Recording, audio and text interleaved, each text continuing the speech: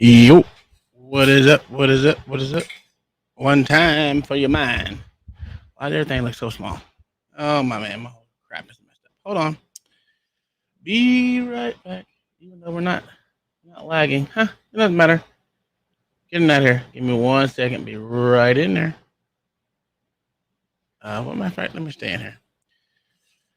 Let's see. Enter studio. Enter studio, and I gotta leave studio.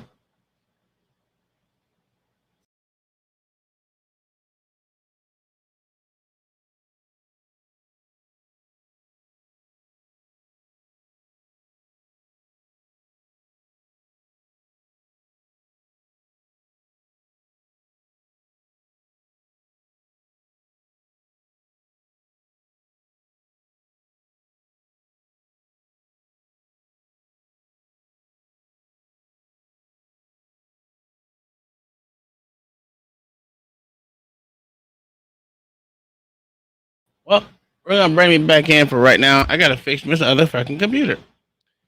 Obviously, it wants to be a dipshit. Give me 1 second. Oh, what's going on? Why I can't use my fucking computer, my goddamn camera already? I swear. So they are almost done with my build. So it's in the allocation, not allocation. It's in the review QA part of the process of building. So I should have it by either this end of this week or early next week. Thank God, because this is driving me fucking bananas. This is just stupid. This is just stupid. What am I doing? What am I doing? I'm not even, I don't even want to be in here.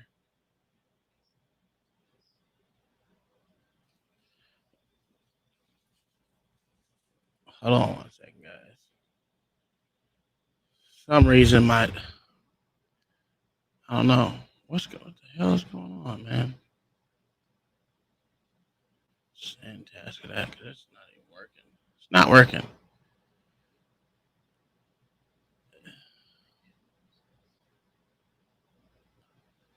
I just did an update for OBS and it's acting massively stupid.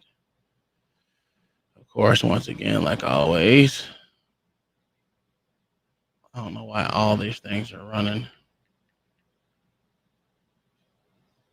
I don't know why all these things are running. But hopefully that works. Let's cut on this camera. Not, we're gonna go to the good camera. Maybe I should do that anyway. I don't know. Yeah. Let's see. Is it on? It is on. Now let's see if we get it on here. What? Let me leave back out of the studio and go back in. Enter. Maybe it should connect correctly. What the? Lord have mercy.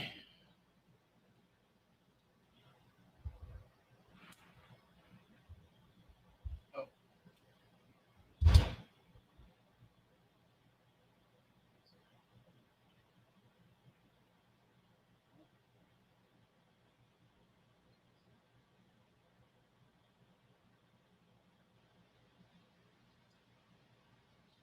I see myself. But of course, I can't see myself on the fucking screen. Oh, there we go. Woo! There we go. At least that one works. All right, we'll go and test this one.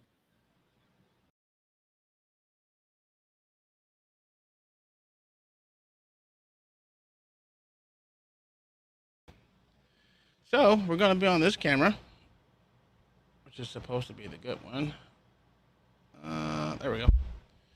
And let's bring some light into the situation. Oh, oh, Jesus.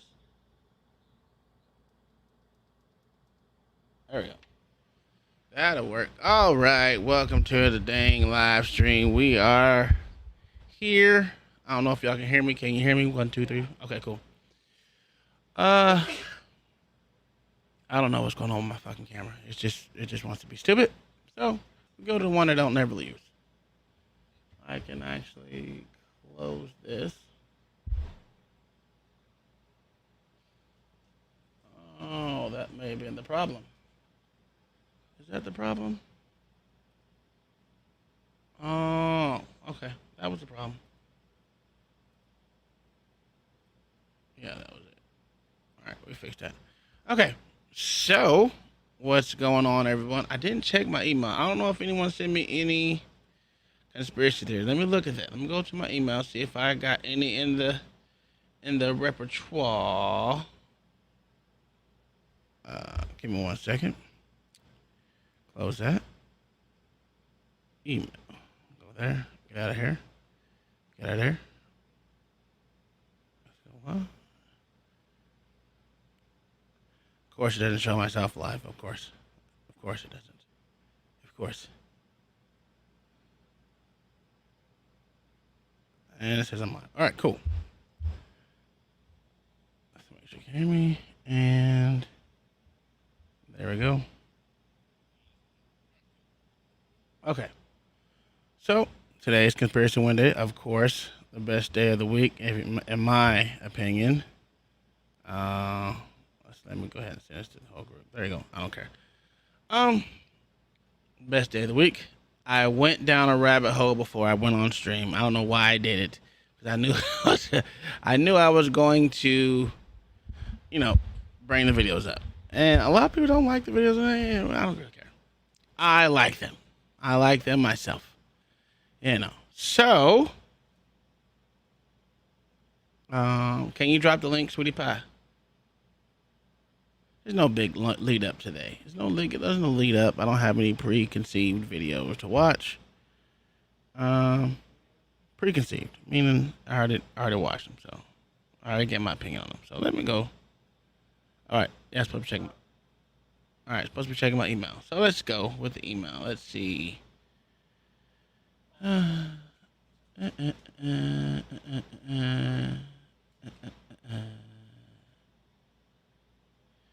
Disabled veterans, slavery legacy. No, not that one. What's up, wrestler? How'd your shows go? Leaked audio recording secrets. When was this done? That was Tuesday? Let's see it. Oh, Lord have mercy. Word, Jesus, Lord have mercy. All right, so.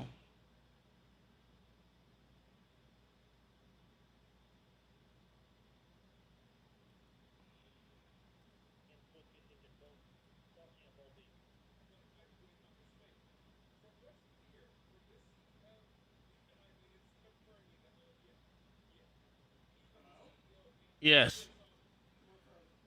I was, because sorry, that motherfucker hurt my ears. I don't really have any conspiracies from you guys. We're gonna keep going down to make sure I check. Huh? Let's see. All right. Well.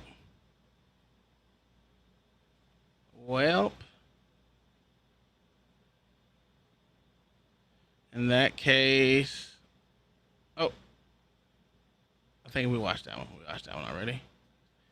From BM last week. Okay, all those were last week. So we're going to move on today. What's going on, BM? What's going on, Wrestler? How you doing, my good sir? Mayo, happy to see ya. JQ, if always. Mama's here. Who else is in the building? Check Cash Davis. He's grabbing some coffee. I don't know how you people drink that shit. That should be a conspiracy theory. Do y'all know about that one where you drink the coffee that comes out of shit? Do y'all drink that coffee? I don't know what it's called, but I know it's coffee that's shit out by monkeys, and people drink that shit. Oh no, you're fine. Here's the problem. There's not a problem, because I'm never in any short supply of real well, they're not conspiracies. They're just things that make you say, Pretty much. I don't want to even call them conspiracies. I just want to say it's things that make you say, So, how many do I have sitting here? All right. The monkey shit coffee. That's what it's called. I don't know if it's called that. But here's a video right here. We're not gonna say it's a conspiracy. I kind of figured it was a lot funnier than conspiracy. So to me personally. So I'm gonna shit coffee, but coffee out of shit. Oh, okay, out of shit. I don't know. I don't know. Let's. Oh, I need to mess up my settings because I look green as fuck. My whole face looks green. All right. Yeah. Do y'all see that? I don't know what flag is that. Is that Cameroon? I don't know what flag. What? No, it's in Senegalese, whatever the hell that commandos of Senegal. I don't know. This is a demonstration that show us that the Africans really do have a real army out there, a real military force. Yeah, let's watch it.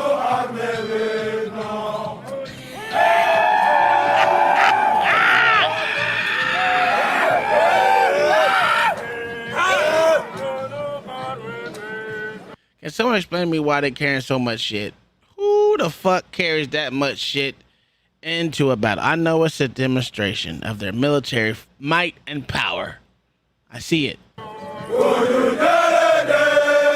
I will say they do look cool. That guy looks like a real fucking soldier right there.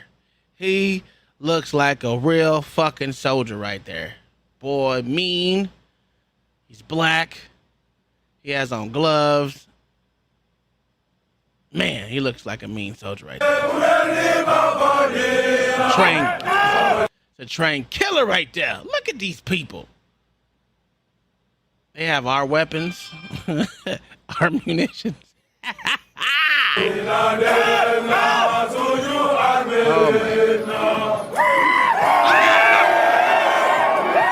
I don't understand why they have a chain on them. I don't get that. Can y'all hear? Can you hear this crap, kid? Okay.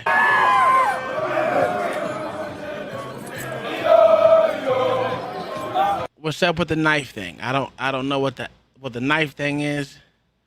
Yeah, I know. I seen that. I don't know what the stabbing yourself with a dull knife thing is. I don't get it, but I guess whatever. Them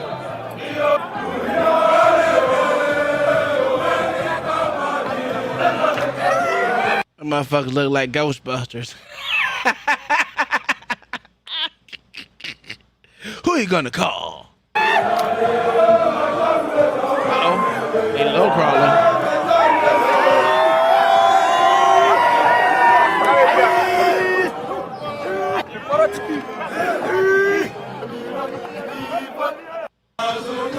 I don't know. I thought it was funny.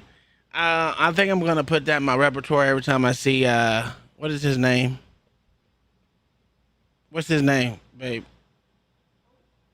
The African that we talk to all the time. Alfredamus. Yeah. I'm gonna make sure I play this shit. Yo, I screen saved it or screenshot it, whatever we'll call it. Screen grabbed it. Yeah, I'm gonna put that in my repertoire. Shit to send. They look silly as hell. Well, you know, they look like trained killers. They all black, so you know they looks like they're yo, that's foul. Why y'all do that?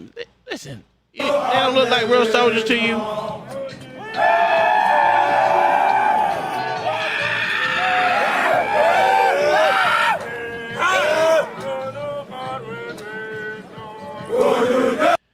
It's a demonstration of their might and power.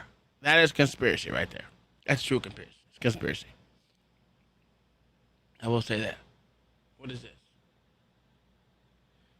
Let's go. Let's not get into that. What is this? Is this my? Oh no, nope. Can't watch that one. Not yet. Not yet. Not yet. Not yet. Not yet. Not that one. What is this one? Nope. Not this one either. Not this one either. All right. Let's get into this one.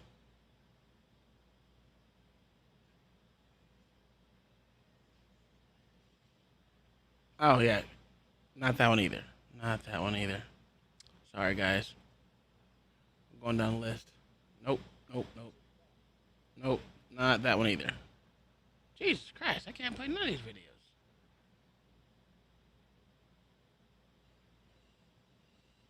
Nope.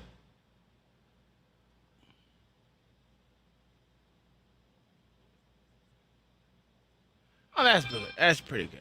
We'll go with the political scandal because I didn't know this until I just literally look this shit up. So let me. How you make this a big screen? Let's present the crazy people. Oh, not this one, not that one. I am crazy, but I'm not that crazy. Uh,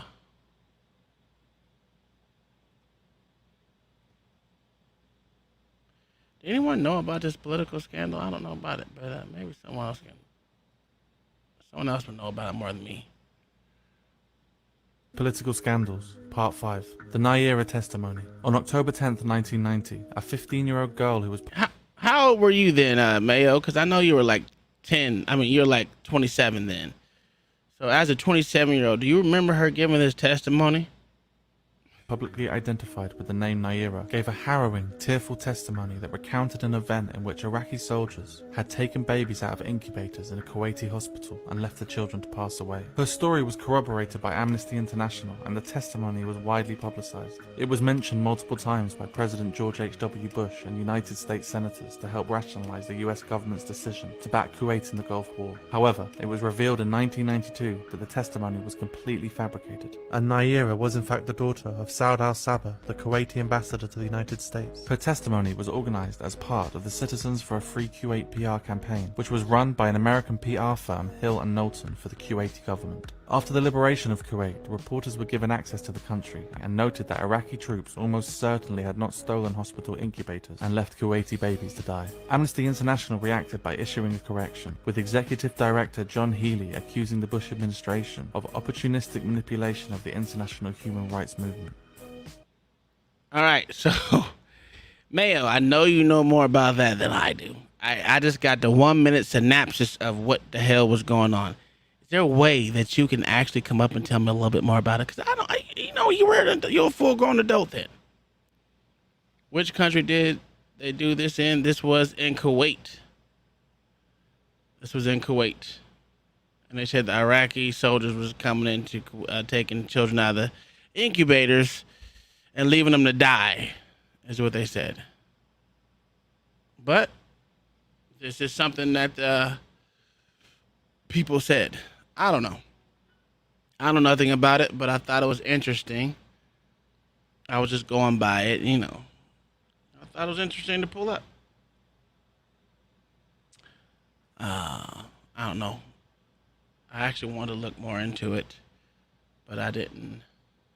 What the hell was her name? Did say her name was? The Biggest Political Scandals, Part 5. The Naira Testimony. On October 10th... Oh, okay.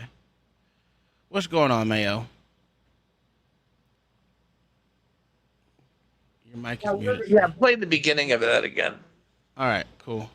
The Biggest Political Scandals, Part 5. The Naira Testimony. On October 10th, 1990, a 15-year-old girl who was publicly identified with the name Naira gave a harrowing, tearful testimony that recounted an event in which Iraqi soldiers had taken babies out of incubators in a Kuwaiti hospital and left the children to pass away. Her story was corroborated by Amnesty International and the testimony was widely publicized. It was mentioned multiple times by President George H.W. Bush and United States senators to help rationalize the US government's decision to back Kuwait in the Gulf War. However, it was revealed in 1992 that the testimony was completely fabricated. And Naira was in fact the daughter of Saud al-Sabah, the Kuwaiti ambassador to the United States. Her testimony was organized as part of the Citizens for a Free Kuwait PR campaign, which was run by an American PR firm, Hill and Knowlton, for the Kuwaiti government. After the liberation of Kuwait, reporters were given access to the country and noted that Iraqi troops almost certainly had not stolen hospital incubators and left Kuwaiti babies to die. Amnesty International reacted by issuing a correction, with Executive Director John Healey accusing the Bush administration of opportunistic manipulation of the international human rights movement.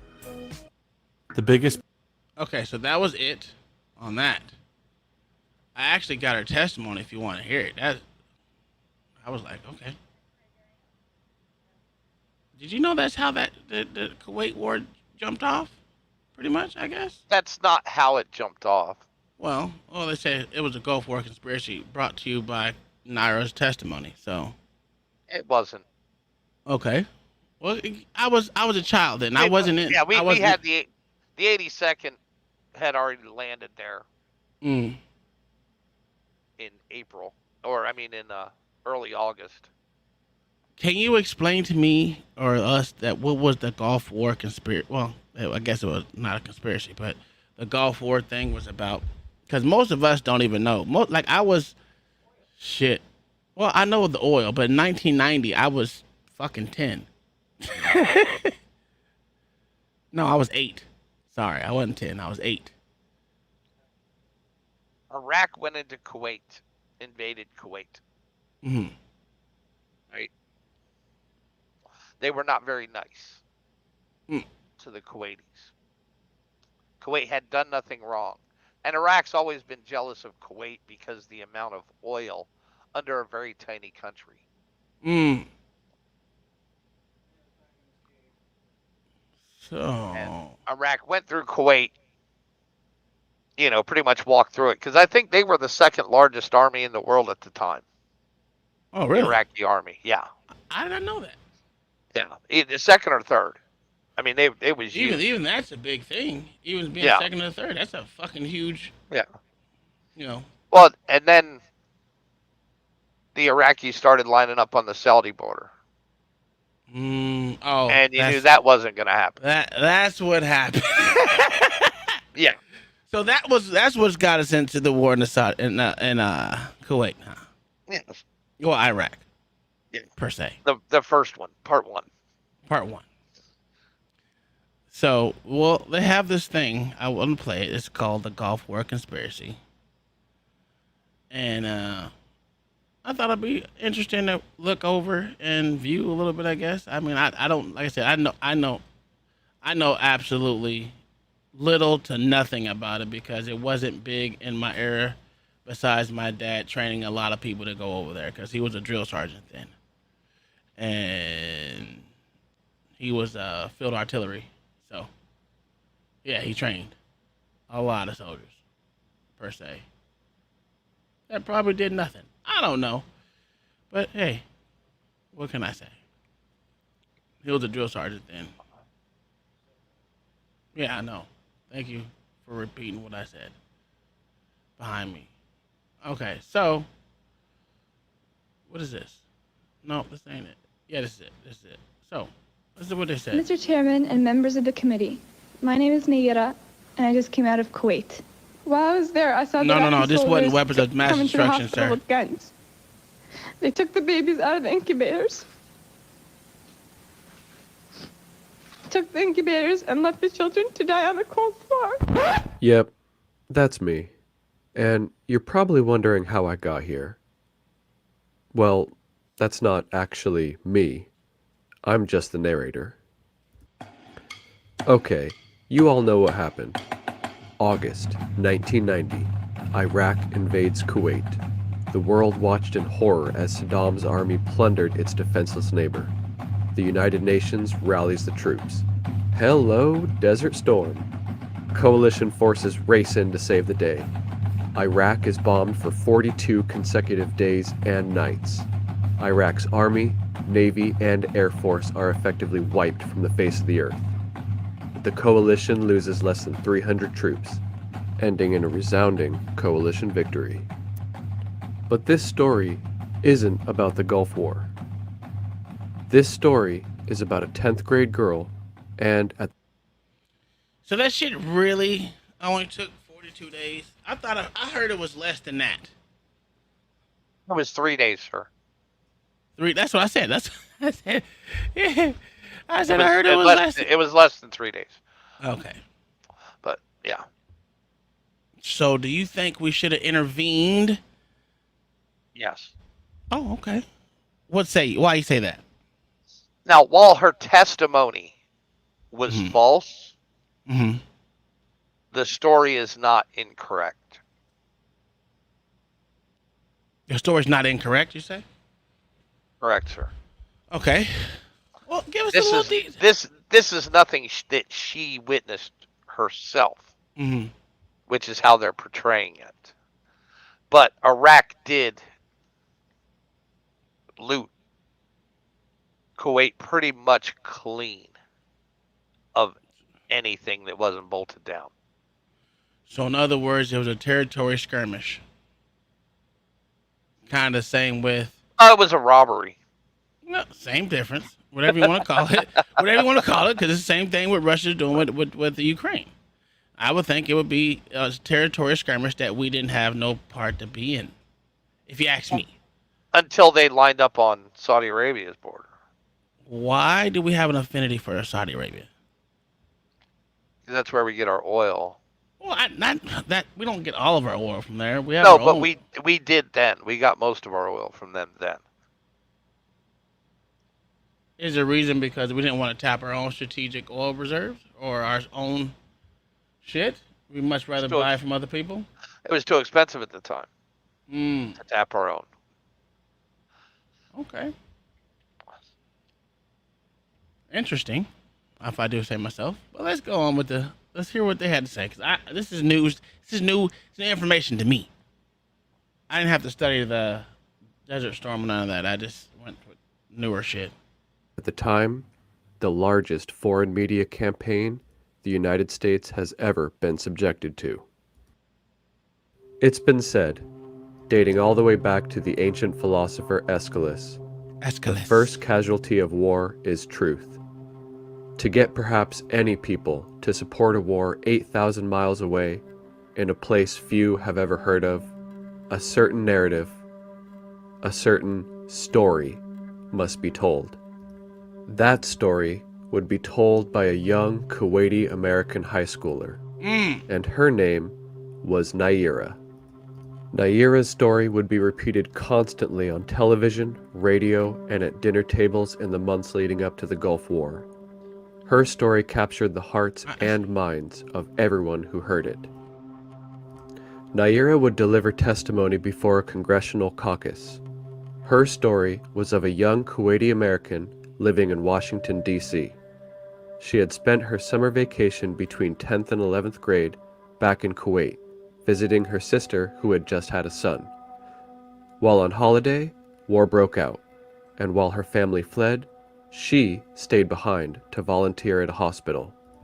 At this hospital, she would witness invading Iraqi soldiers loot the building of valuables, in the process removing premature babies from incubators to steal the medical technology, leaving the babies to die.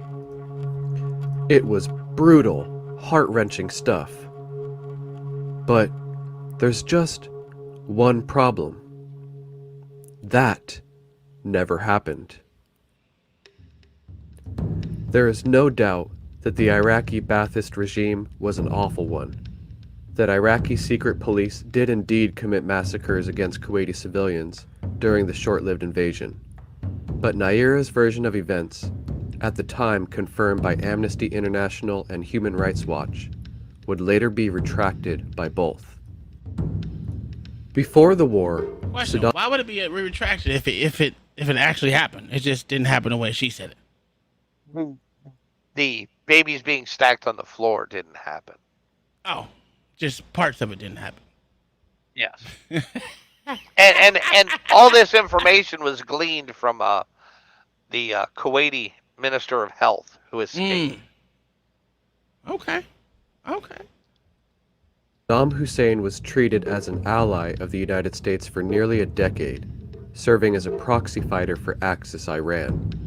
But in the process, Iraq would exhaust its own economy and turn to Kuwait's resources to replenish itself, in turn threatening world oil imports and making All Iraq about that oil. public enemy number one.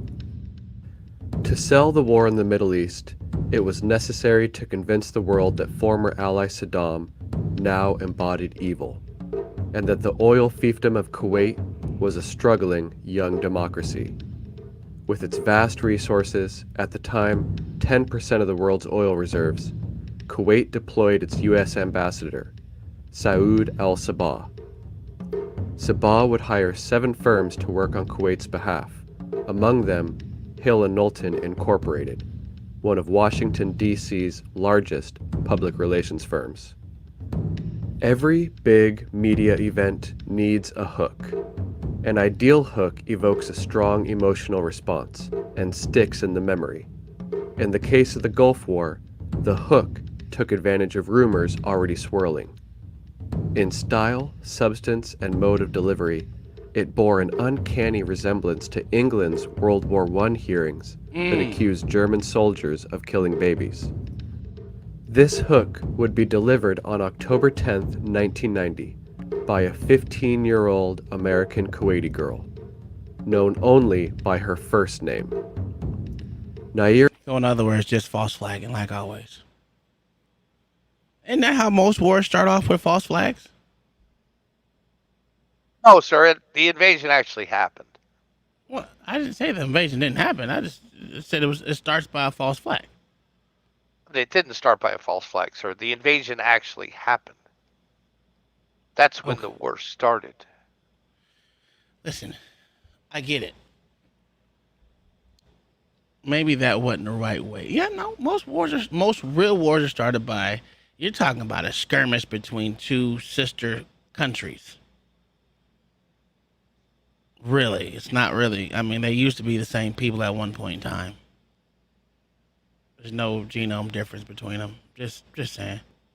But I agree with you. Naira's words shook not only the American public, but the whole world. Brutal, evil Iraqi monsters, taking babies directly from their incubators. This story would be repeated by George H.W. Bush 10 times in the following weeks. When it came down to a vote, the Senate would pass the resolution to go to war by 5 votes, with 6 senators citing the incubator story as their reason. Have ripped babies from their incubators in Kuwait.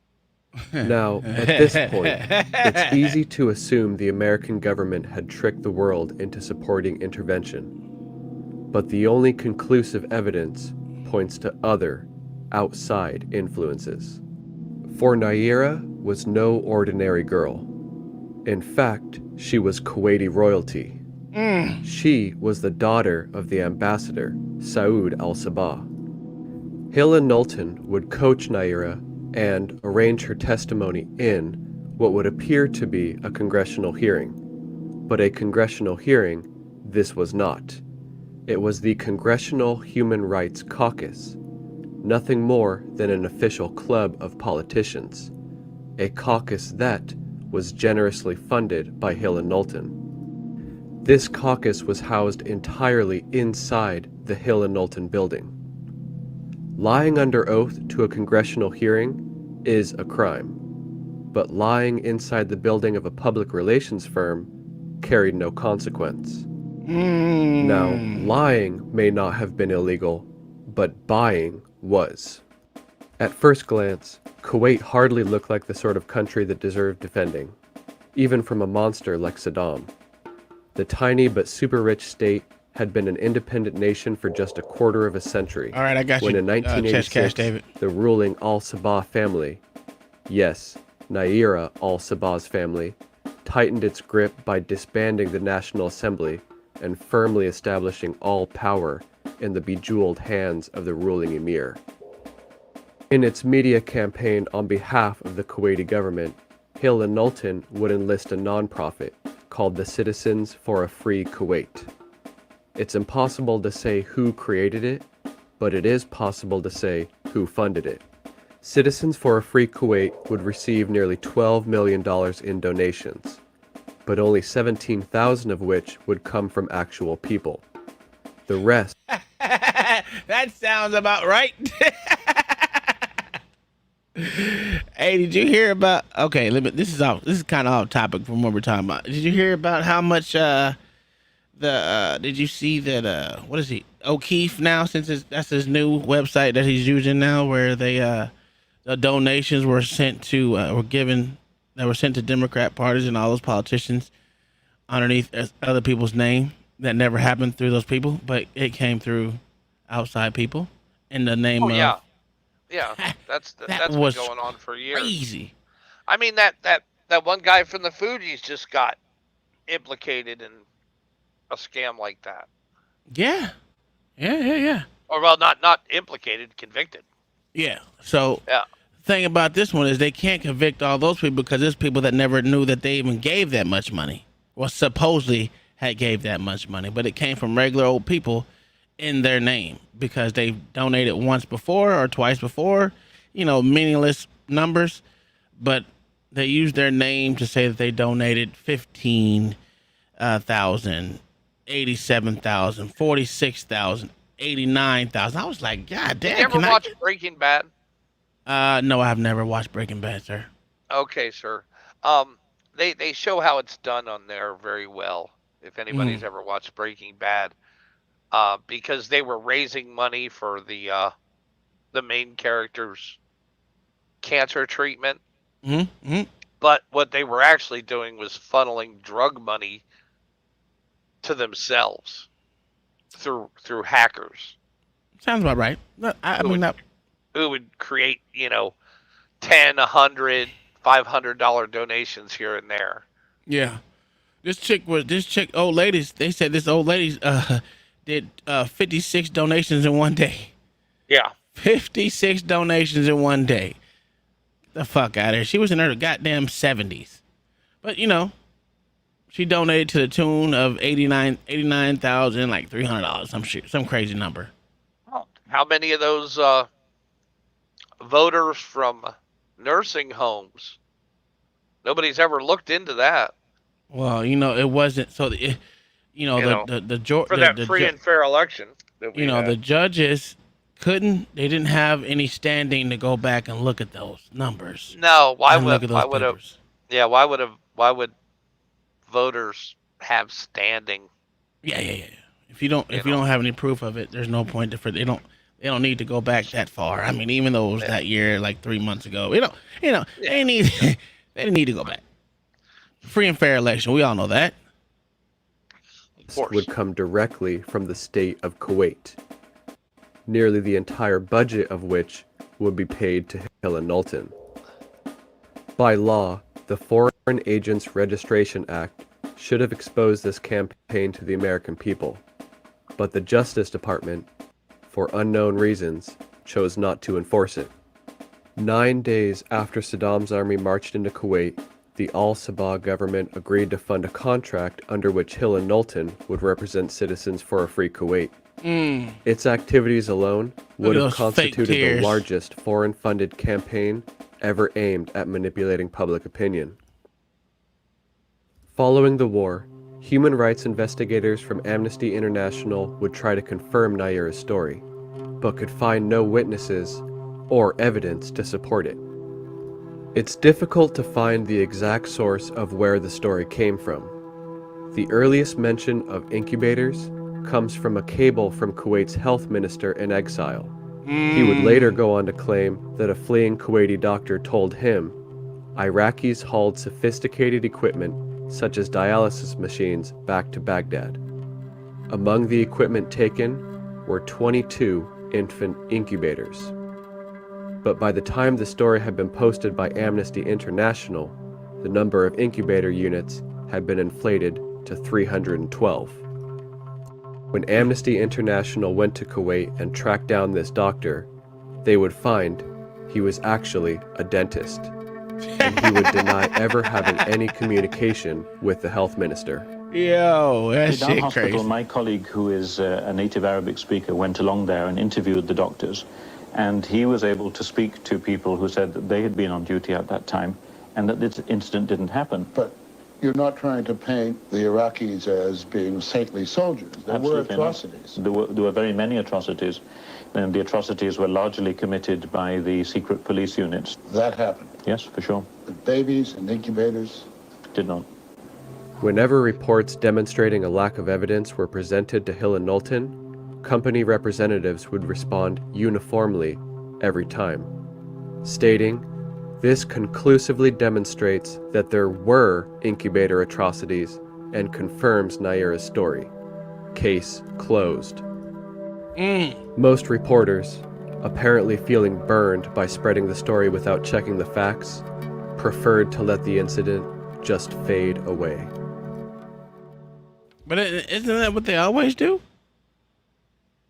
If it don't fit their agenda, they gotta just, we don't let this one, we ain't gonna keep bringing this shit up, I don't want to tell no one that I fucked up, so I ain't gonna, we're just gonna let this just fade with the wind. This is what this is, it's still a propaganda shit. I mean, I'm not gonna say, but here's the thing about goddamn these so-called skirmishes or war or whatever, there's always atrocities done.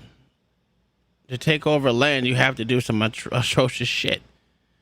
And no one said war is pretty. When have y'all seen a pretty war? I've never seen a. Have you seen a pretty war there, Mayo? Oh yeah, all kinds. Oh, you have? Yeah. It depends on what your mindset is for pretty. So, I mean, you have that. It just because I don't understand what people think that even if you want to look at these skirmishes, the way of the world was conquering other people's land and claiming it for your own. That was the way of the world. I don't give a fuck if it was 1886 up to 1347 BC. It's all the fucking same. That we're going to take this land and claim it for our own.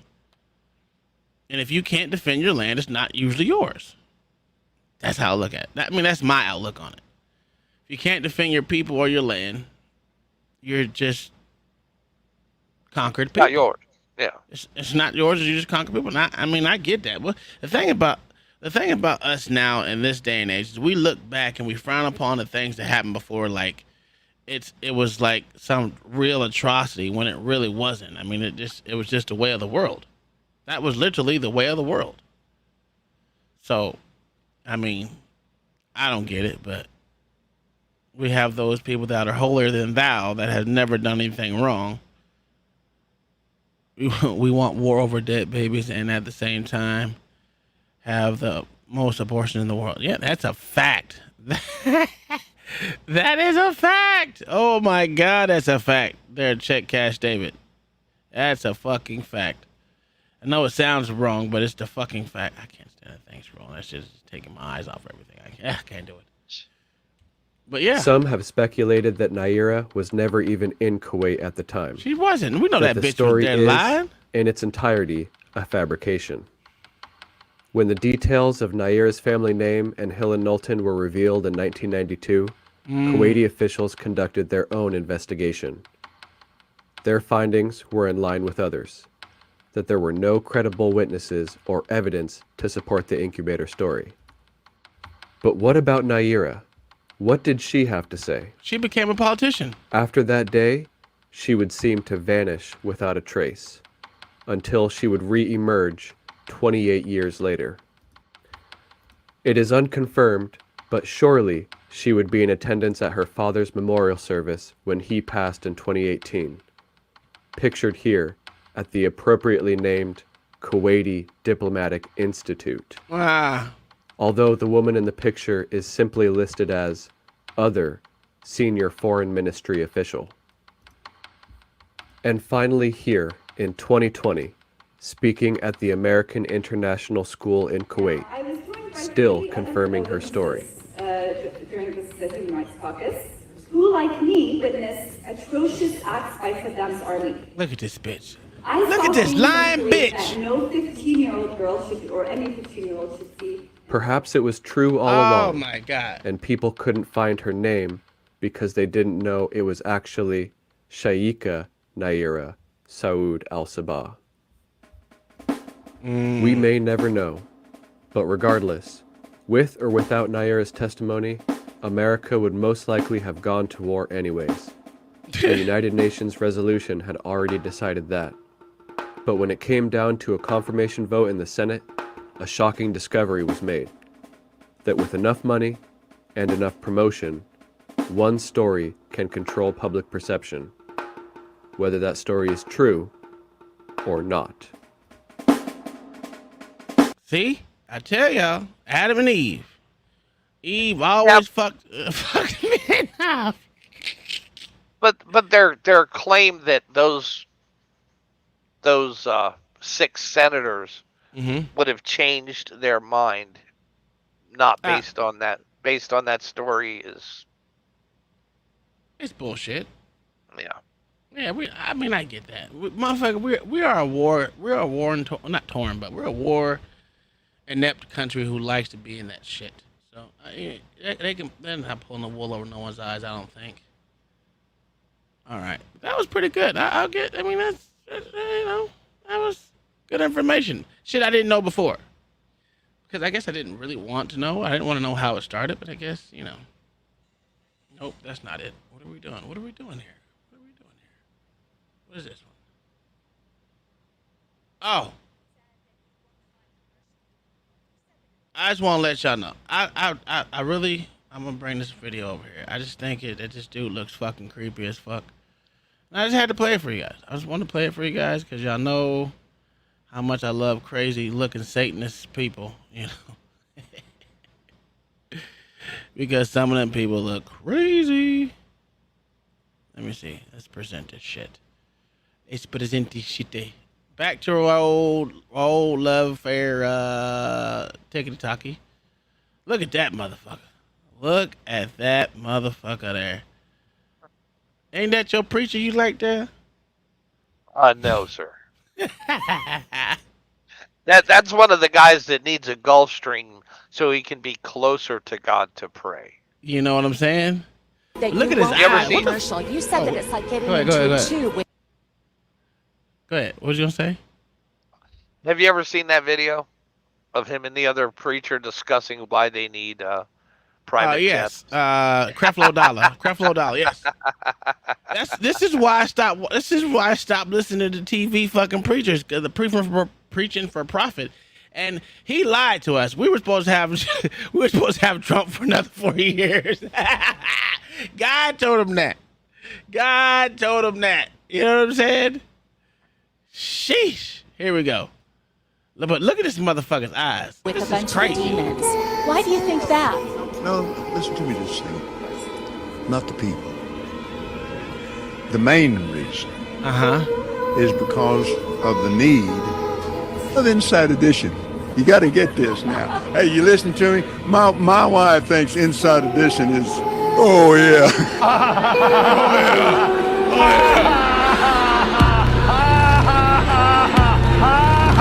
I mean, they all look fucking crazy.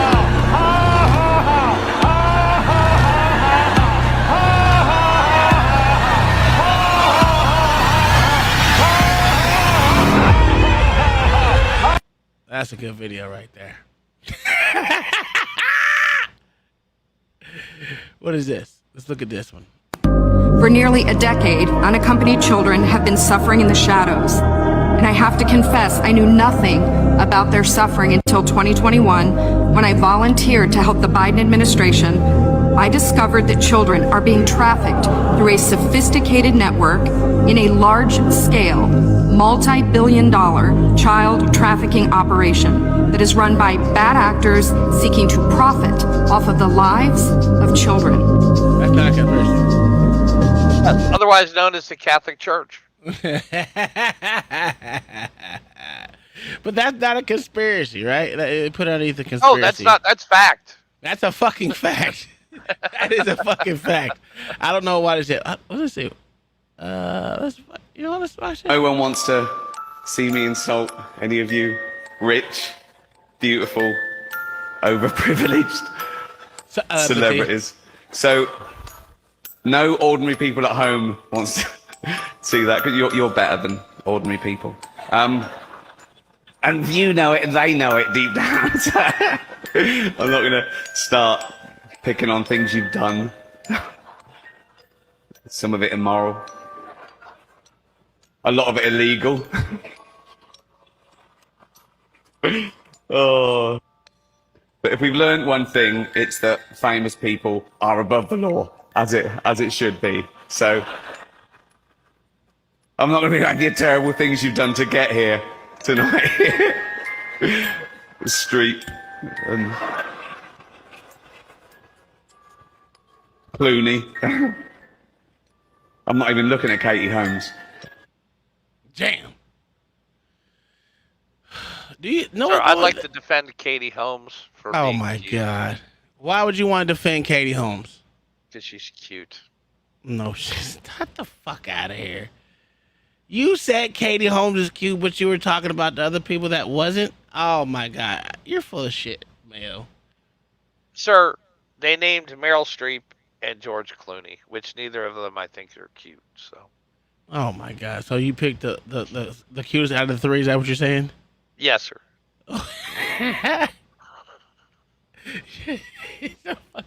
I think I got another video of it. Let me see what I got in my repertoire.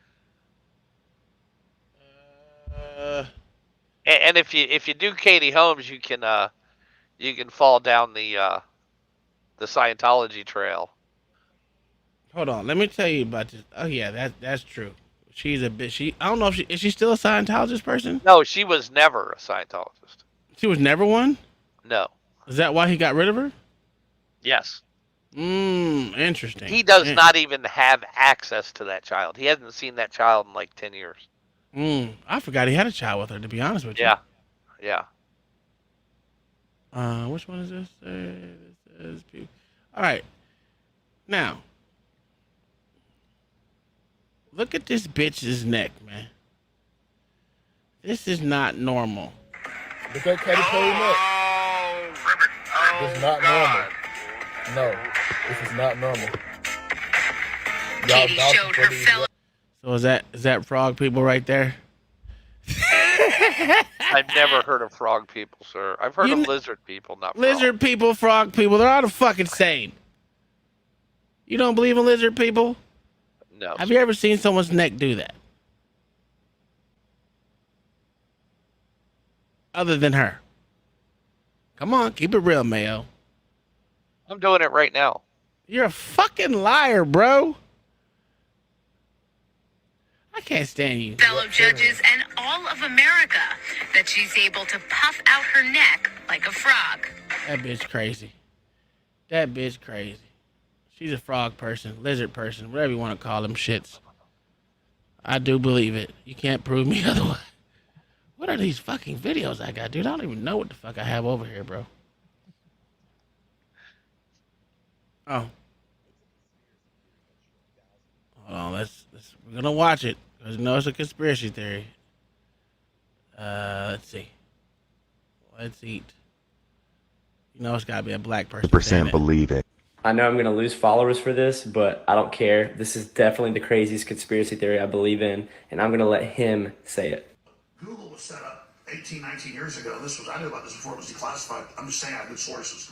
That they wanted to build a giant artificial system. And Google believes that the first artificial intelligence will be a supercomputer based on the neuron activities of the hive mind of humanity with billions of people wired into it with the Internet of Things. And so all of our thoughts go into it. I don't believe that shit, bro. Building a computer that has real neurons in real time that's also psychically connected to us, that are organic creatures, so that they will have current prediction powers, future prediction powers, a true crystal ball. But the big secret is, once you have a crystal ball and know the future, you can add stimuli beforehand and make decisions that control the future. What do you think about that, Mayo? I want your honest opinion. The algorithm. It sounds like the algorithm? You know what I think it sounds like? I think it sounds like Elon Musk. With his brain shit. What is it called? Jesus Christ. Oh, the Neuralink. Yeah. Yeah, no, I ain't doing that shit. That's what it sounds like, more or less sounds like, than Google. Well, that's the next level. I understand that, but when I'm saying the way he's talking, it sounds more like what Elon Musk is trying to do versus Google. Google is more relying, going along with the Chat GPT and all that extra shit. So, that and they're listening to every word you say. Exactly. So, what do you think they're building something? Do they need a chip to do that? No. No one said they need a chip. What the chip is going to be for is for actual artificial technology that's going to go into silicone people or type people that are like, what do you call it? Those, what are they called? The cyborg people. Yeah, that's what I think. The Borg, you don't think so? From Star Trek? Well, something like it. Something like it. We don't. Honestly, the thing is, I don't know the future. I wish I did. I could give you the fucking answer to that, but I don't know the future. Well, Google does. Google does know the future. I wish my old friend got dang. What's his name? Jeez, I'm dropping brain farts today. Good old LA was here. Because I will give him something that, I wanted to help you guys out. Because I know you guys don't believe in nothing I believe in. Or I kind of believe in. Just want to put this out here. I'm just gonna run through this really quick. Oh God. Moon landings. What was the scariest moment of the journey? Scariest. It didn't happen. It could have been scary.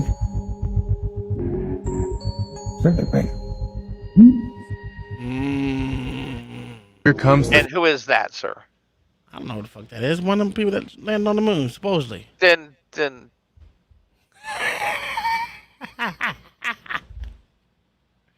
They're not asking regular people like me that. It could be the guy that. that was sweeping up at NASA at the time.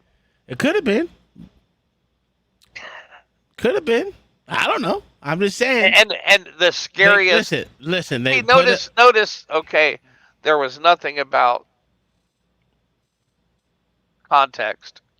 We don't know who the guy is. Well, he's fucking crazy, and what they gotta do is put a white man in a suit in front of a lot of people and have him drinking something, and he automatically has authority over words. You don't believe so, Mayo? Oh yeah, you can edit this shit any way you want. I didn't say edit anything. I said. Well, no, but they edit the film. Of course. And the audio. Yeah. Of course it did. Yes.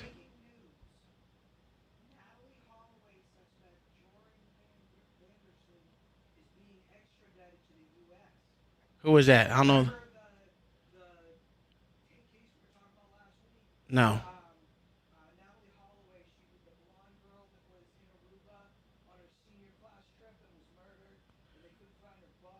Oh, from the boat? She was on the boat or something? No, she wasn't on the boat. She was in there. Yeah, I remember now. Yeah.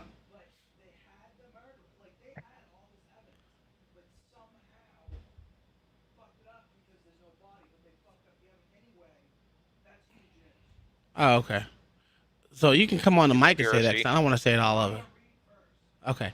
Anyway, the Winch, I am 100% with you. He has had some crazy predictions before that actually Mayo doesn't like it, but they're true. Oh no, dude. Alex, his jar, $1 for every time he was right, is full, sir. I'm telling you. People say he's crazy and a conspiracy theorist, I remember listening to Alex on Coast to Coast AM back in the day. Mm-hmm. So that begs it. Okay, that goes to. Okay, and he was talking about a group of PDOs with an island that was made up of people from politics and Hollywood, and sure enough. So my point is, so if you believe some of the shit that he says, you beg to differ with other shit? I mean, he says a lot of shit about gay frogs, buddy. Gay frogs. You believe that? Alex's problem is... He's right. No, adding...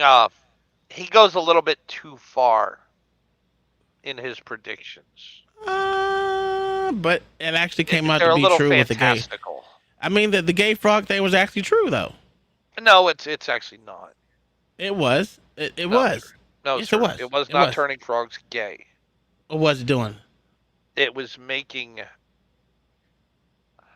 more frogs turn female. Okay, so in other words, same thing. Come on now. No, sir. They wasn't turning them. Don't do me like that. Male frogs weren't crawling on top of other male frogs. Oh my God, we're not gonna give it to technical terms of them actually being gay, but we know it turns them to females. Or, yeah, stop it. But when you're talking to idiots like the average citizen in the United States. Oh my God, you gonna go there with that? You gotta blame the citizens now. That's not a conspiracy, sir. Yeah, I know. That's proven fact also. I don't believe you. I think citizens of the United States are the most smartest people and have the most fairest elections in the world. Okay. Yeah. I agree with you on the elections, sir. Yes, it's fucking right. Bud Light frogs. For real. For real. Yeah. For real. Do you believe in government conspiracies? Oh, absolutely. No, I'm serious. I No, heard no, you did. definitely. No, oh my God. I know I heard you did. Are you serious now? Oh yeah, no, I'm very serious. You can't No, tell, you can can't you? tell, You no. can't tell. I read that You see that fake laugh he does? And Barbara Walters is the fakest person I've ever met in my life. I'm sorry. She just has to be the fakest. Yes. When I met her on the set of my school. She came to my school when I was 13. Just fake. He just seems like that real rich bitch that has everybody fooled. Kind of like Oprah. Yeah, that's another fake bitch. But I digress. My mic is unmuted, so we'll keep going. you felt that the government was deliberately spraying cold germs in subways, was deliberately trying to make people ill with the AIDS virus. This is pretty serious stuff. Do you really feel that? Well, that's a good question. Well, I'm with Barbara Walters now. That's a serious one. Okay, so I got to now, because people are going to chase me after this. People are going to chase me. I believe that it is quite highly possible that the AIDS virus is a result of genetic warfare testing.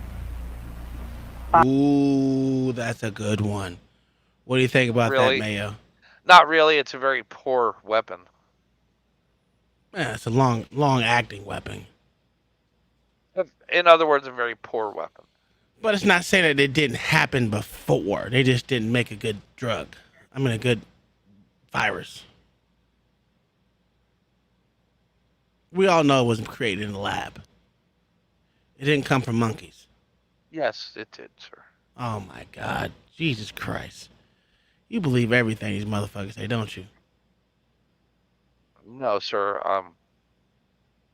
So you know it came from monkeys?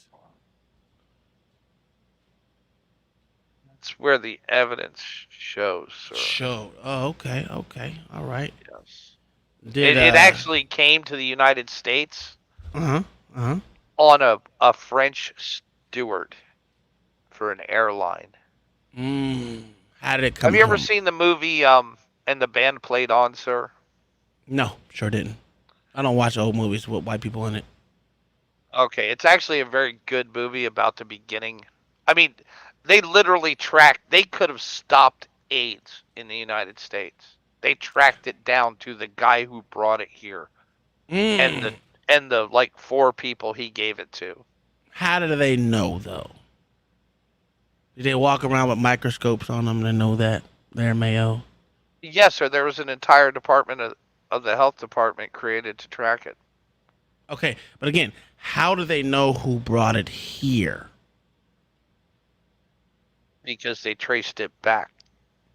Okay, was he on the plane by himself?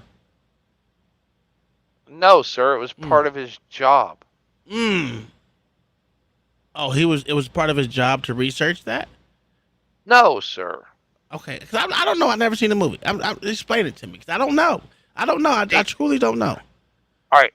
If you were trying to find the beginning of something, where would you start, sir? Mother Africa. You're a fucking idiot.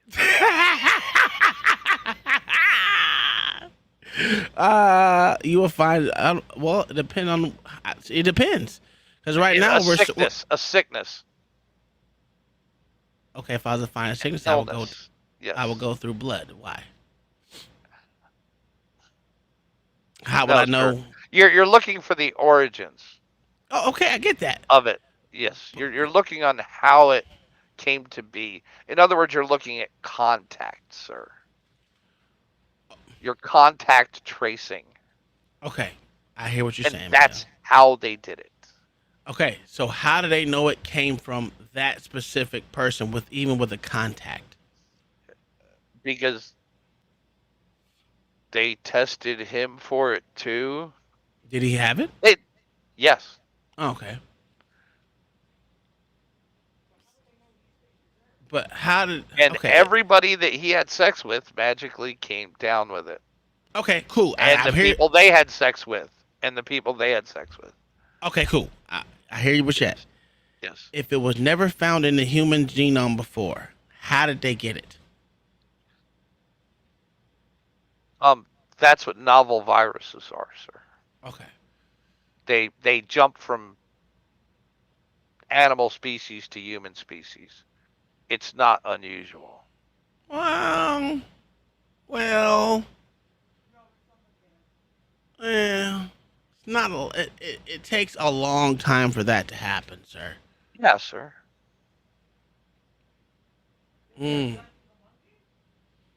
So if they said it came from a monkey, right? Yes, sir. So all other monkeys have AIDS? You would see an outbreak of AIDS throughout the monkey population, wouldn't you? It doesn't do the same thing in some animals, sir. What does it do in those animals? Because what does AIDS do to someone, sir? I don't fucking know. I don't have AIDS. Okay. It's called AIDS, the acquired immune deficiency syndrome, sir. So It kills your immune system. What do you die of, sir, with AIDS? Anything. Yes, correct. Because your immune system's gone. Yes. Yeah. You could die of a common cold that turns into pneumonia. You could get very, very rare cancers, which was the really weird part, because they actually called it gay cancer in the beginning when they didn't know what it was, because gay people were just coming down with like the rarest of rare cancers. But how did it go so fast when, nowadays it's long lasting? Even with it being untreated, it wouldn't just go as fast as it did back in those days. Yes, sir, it would. It would? Oh, okay. I don't know. I mean, you're talking about the 70s. Well, that's true. Cancer up, treatment Aztec? didn't really exist very, very much in the 70s. Well, that's Tom, Mayo, how you doing? What's going Hey, on, what's bro? up? Mayo, I had to jump on, man, and just interject real quick. Are you telling us that AIDS was passed on and contracted? Is that what you're saying, Mayo? Yes, sir. Well, that couldn't be further from the truth. AIDS isn't something that's passed around or contractable. It's a syndrome. It's a position you end up in. Things cause AIDS. AIDS is not a virus. It's not something you can transmit or give to someone else. You're confusing it with HIV. You must be confusing it with HIV. HIV is something. Well, it's what people know it as, sir. Right, but many things cause AIDS. Many things, and I'm not sure if you've ever looked into it, but if you look into studies on rats, and there's actually a number of studies that have been done in a number of countries on rats. And if you take male rats and you allow them to get frustrated and try to procreate, the constant depositing of seminal fluid in the anal cavity basically causes AIDS within no time at all. And the reason it does it is because basically when you do your business in a female, her body immediately tries to attack any foreign proteins. So your semen, your sperm is actually, well, not your sperm, but your semen is actually filled with stuff that stops the female body from being able to attack the protein, and therefore it can impregnate the woman.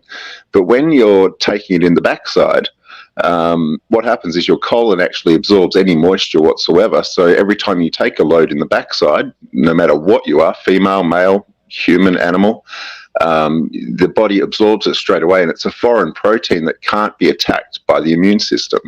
So what happens is if you do this over a prolonged period of time, you absolutely exhaust your immune system and you end up with full-blown AIDS. You acquire immune deficiency syndrome. And this is just one way that AIDS is caused. You don't need the virus at all. But anyway, I just thought I'd interject and throw that in there, because AIDS is certainly not, like if someone arrived with AIDS, they're certainly not passing it on to other people unless they actually had HIV as well. You know what I mean?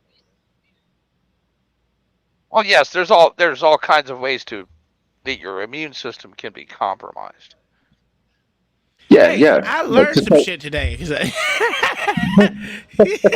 To be honest with you, I did never know that. And the fucked up thing is I was a nurse.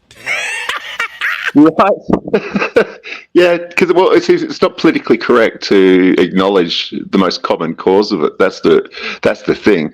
You know, if you were to say stop taking it in the arse, you dirty prick, that's not politically correct anymore. You know, so you're not allowed to say it, and no one, not enough people talk about it. But if you do some googling, do some YouTube, and you'll certainly find people that talk about the all the tests that are done and the experiments to show that pretty much any animal that you take, if you constantly inject it with seminal fluid once a week, say, just a few weeks, man, that animal will be having real problems with its immune system, and within just a couple of months they'll have full-blown AIDS, and it's irrecoverable because the body has absorbed so much protein that it can never attack.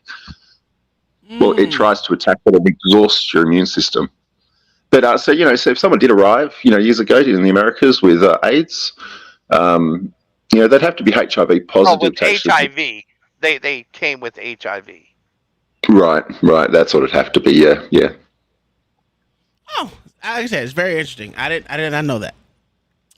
Not that I really took a deep dive in it. They didn't really cover this shit during our classes very much. You think they would for like nurses? Yeah, no.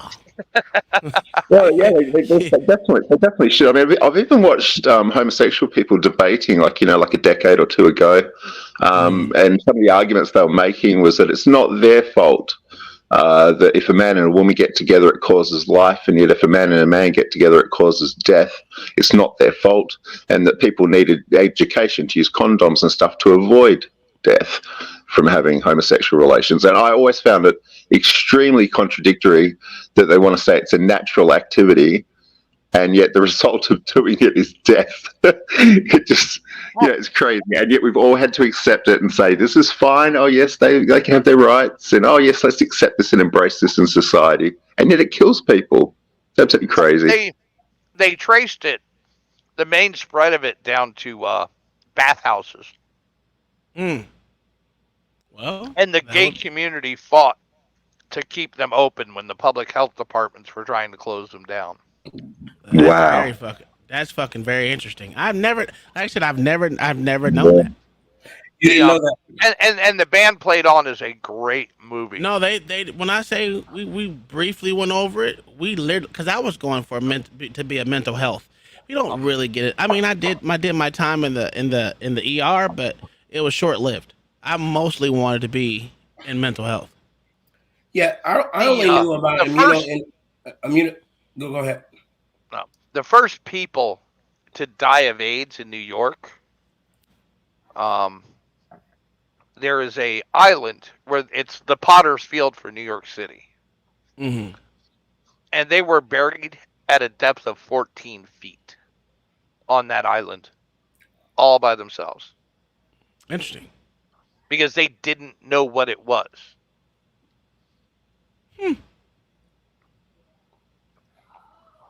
Interesting. How you doing, Blacks? What's going on, guys? How are you? You been sick? No. Good. What's on there? No, Island is the island. Sorry. No worries. No, today is one of my younger daughter's birthday, and also my nephew's birthday too. Happy birthday to him. And also, I've just been getting ready for this baby, and I'm tired as damn hell. I told the wife, I was like, Black ain't gonna be on here too very long because he practicing on that baby coming. You already know, man. He getting ready for the baby. 13th is the due date, so it looks like we will make that date. Mm-hmm. Yeah, but the autoimmune deficiency thing that AZ was talking about is absolutely correct. And the only reason why I know about it is because of the microbiology courses and physiology courses I had to take when I was going for my doctorate. And that, and a lot of people don't understand that. I know that the terms are intermingled, HIV and AIDS, but they're completely different. And HIV being the cause of that particular, being the cause of AIDS, one of the causes, but not the only cause. Yeah.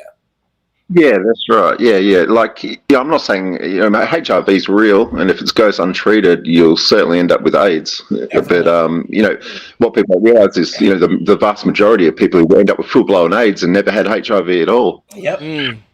But AZ, the way you were explaining it, talking about loads.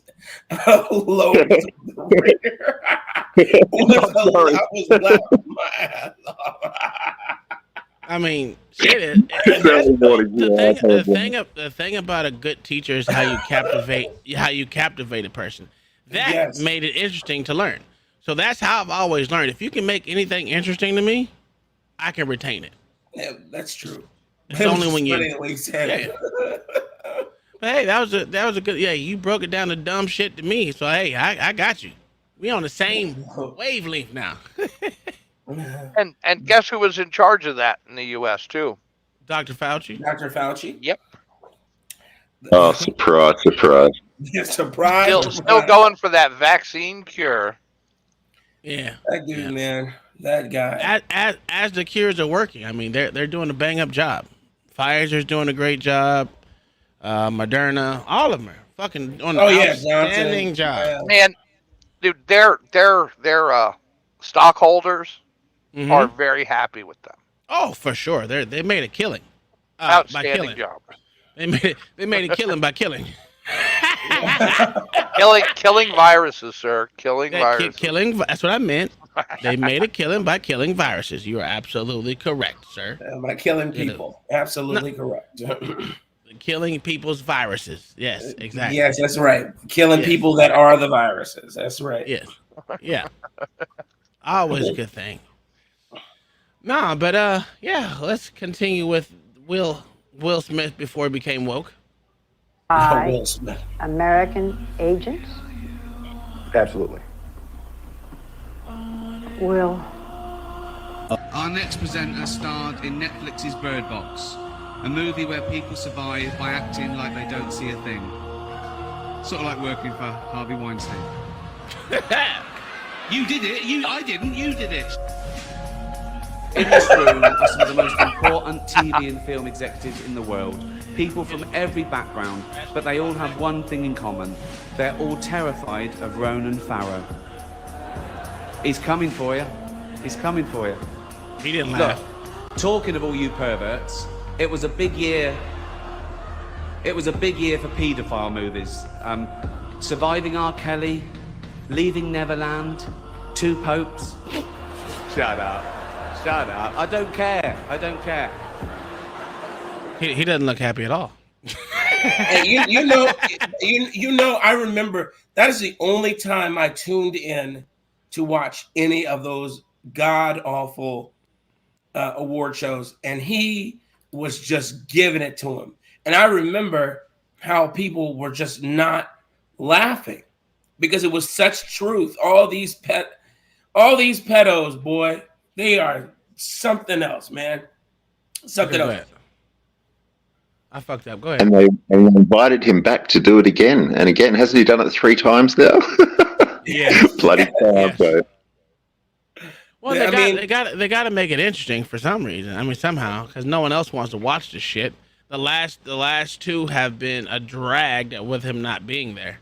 Yes, I mean, I think the thing is, I think they get some sort of sick satisfaction hearing the truth told in front of millions of people, knowing nobody can truly do anything about it. Well, it's part of their religion that they have to tell you up front what they're doing. What I agree, man. They say it to your face, and you and I do nothing about it. And Wait a minute, hold on. Say that again, there, Mayo. He's not lying. Yeah. They're not lying. No. I want to hear Mayo say it because that means he believes in conspiracies. Go ahead, you tinfoil hat wearing motherfucker. Say what you said again. Sir, these aren't conspiracies. It's fact. Oh, my God. That is a straight conspiracy. That's the Illuminati conspiracy, sir. No, sir, it's Satanism. Oh, my God. Yeah, it's definitely the synagogue of Satan. I agree, but I'm just saying I never thought male would believe that shit There because was I remember there was this choreographer because my brother currently lives out in LA right now, and he was telling me years ago how a guy he had hired as a choreographer had told him his backstory, literally his backstory. He said that he went to some well-to-do party with people we all know right here, that we all have seen in shows, movies, television, whatever. And it was him and like two other guys. And they had all been invited, and they took them up to a room, like a bedroom or whatever. And they were in there, and they told them exactly what they needed to do in order to make it to the next level. And he said, they do the same thing with rappers. Yeah, but basically that's what it was. It was people we know. Like he didn't name drop, but he said it's all people we've all know and seen. So he said, they said this is you got to put this phallus in your mouth and all that. And he said one guy was really on the fence. He was like, man, how long do I have to put it in my mouth? And then he said that he told them that he wasn't going to do it. So they said, okay, fine, you can leave with no problem. He said, but they had to beat his ass before they let him go. So they beat him up and told him to leave the party. And then the other dudes stayed and did whatever they did. And I'm just saying, man, these guys, So your brother got his ass beat? No. My brother hired a choreographer. Okay. I got you. Who told this story, and I was like, my God, man, it's believable, man. Look at what we've seen. Look at all we've seen in the last 5 to 10 years that's come out. I had some videos about P. Diddy that I was like, interesting. I already know he's gay, but I don't know why he just don't come out and say that he's bisexual. No, he ain't bisexual. That man is trisexual. He'll try anything. Yeah. So, have y'all heard of this Kurt Cobain didn't care self theory? Have you heard that? Yes. Oh yeah. Yes. I didn't hear it till today. Oh, Really? he definitely didn't kill himself. I don't think about it. Kurt Cobain didn't kill himself. That woman killed him. What's his name? Courtney Love. Courtney Love. No, not Courtney Love. Well, she's the tall girl. I don't know what's her name? Is it Courtney Love? Yeah, it's Courtney Love. Yeah. Okay. I did that Kurt Cobain didn't commit suicide and was actually murdered by his wife. So Kurt Cobain had written a suicide letter before he died. However, if you look at this suicide letter, the first few lines are written in completely different handwriting than the rest. So in the first few lines, he basically mentions that he wants to pursue a new direction in his music career. The rest of the note, which is the suicide portion, is written in smaller and different handwriting, and it doesn't even look close to the handwriting that was in the first few lines. Even more suspicious is that when they did his autopsy, they said that the amount of substance in his system was much higher than the regular dose, and that he wouldn't have been able to even lift the shotgun and shoot it. So doesn't that sound like something might be off here? It had seemed like he was actually writing a breakup letter for his band. He was preparing to say, like, I wanted to try something new, and then the letter just kind of carries on into, like, suicide. Now, I thought that was very fucking interesting. And especially, and he's talking about how much heroin he had, and he says he had 5 times a lethal dose of heroin. And how the hell are you putting a shotgun to your face or pulling a trigger if you're loaded up with 5 times as much heroin as anyone can handle? That makes no sense. That's enough to put an elephant down. You can't. There's no way. There's no way. So why wasn't that looked into? It was. That shit was they botched. ignored it. Okay. See, I don't know that. There's a terrific documentary you can watch called "Soaked in Bleach," named after one of the first albums. But watch that. It's done by the private investigator that was hired by Courtney Love to run around chasing ghosts while Kurt Cobain lay dead in the garage the whole time. That's convincing. Very convincing. What is this one? Let's see what this is. Oh, we watched that one already. You remember? You remember? What's his name? Who was that guy on Bad Boy? Who became the preacher? I don't know. You know what I'm talking about? He's a rapper. Bad, bad, bad, bad boy. You make me. You know what's his name? I don't know. He was with Puff Daddy. Man, what's his? I can't remember his name. Mace. Thank you, Mace. Thank you, wrestler. See, wrestler always with the hip hop. I said it first, and he spelled it wrong anyway. But look, so Mace was talked about that man and how gay he was, man, and all the stuff he was putting in his mouth. So and then the other dude who you remember that song? Here comes a brand new flavor in your ear. You remember that song? Yeah, from Craig Mack. Yeah, Craig Mack was gonna kill his ass. Who man, there was so many people were gonna kill Puff Daddy. It's not even funny for all the stuff. And then Puff Daddy, you know, remember when he was talking about how he, you remember that one viral snippet of him talking to guys at like some round table thing he was doing. He kept calling everybody daddy. Well, I like that daddy. I like that. Oh, that's no. Yeah, I remember that. I remember the video. Man, let's do it. I think it was on Drink. I don't know. It wasn't on Drink Champs. It was before Drink Champs. But it was something like that. Yeah. It was like it though. It was like Drink Champs though. It was. This dude's gay as hell, man. This guy. Anyway. Do you know where BYU is? Brigham Young University? Yeah. Yeah. Utah. Yeah. Okay, so you know how that school is what is it? It's mostly what the hell you call them? Mormonish people? Yeah, it's all Mormons. And Mostly. now it's Mexican Mormons. They're not really Mormons. But I wanted to take you through how fucked up schools are these days that they actually have these motherfuckers to believe the bullshit that's going around. Let me stop sharing that and bring this. Here comes a brand new flavor. God damn, you got that stuck in my ear. God dang it. Time for new flavor in your ear. I'm picking new flavor in your ear. Got the brand new. A new flavor in your ear. All right. Here we go. So this. I guess he's a preacher, I want to say, or a non-preacher. I don't know what the fuck he is. He might be a preacher. I got this whole thing with preachers nowadays. I have a lot of preachers on my For You channel because, you know, I always send you shit that you don't even listen to or respond to, nigga. That's why I did respond to a lot of that shit. Anyway, let's listen to what this.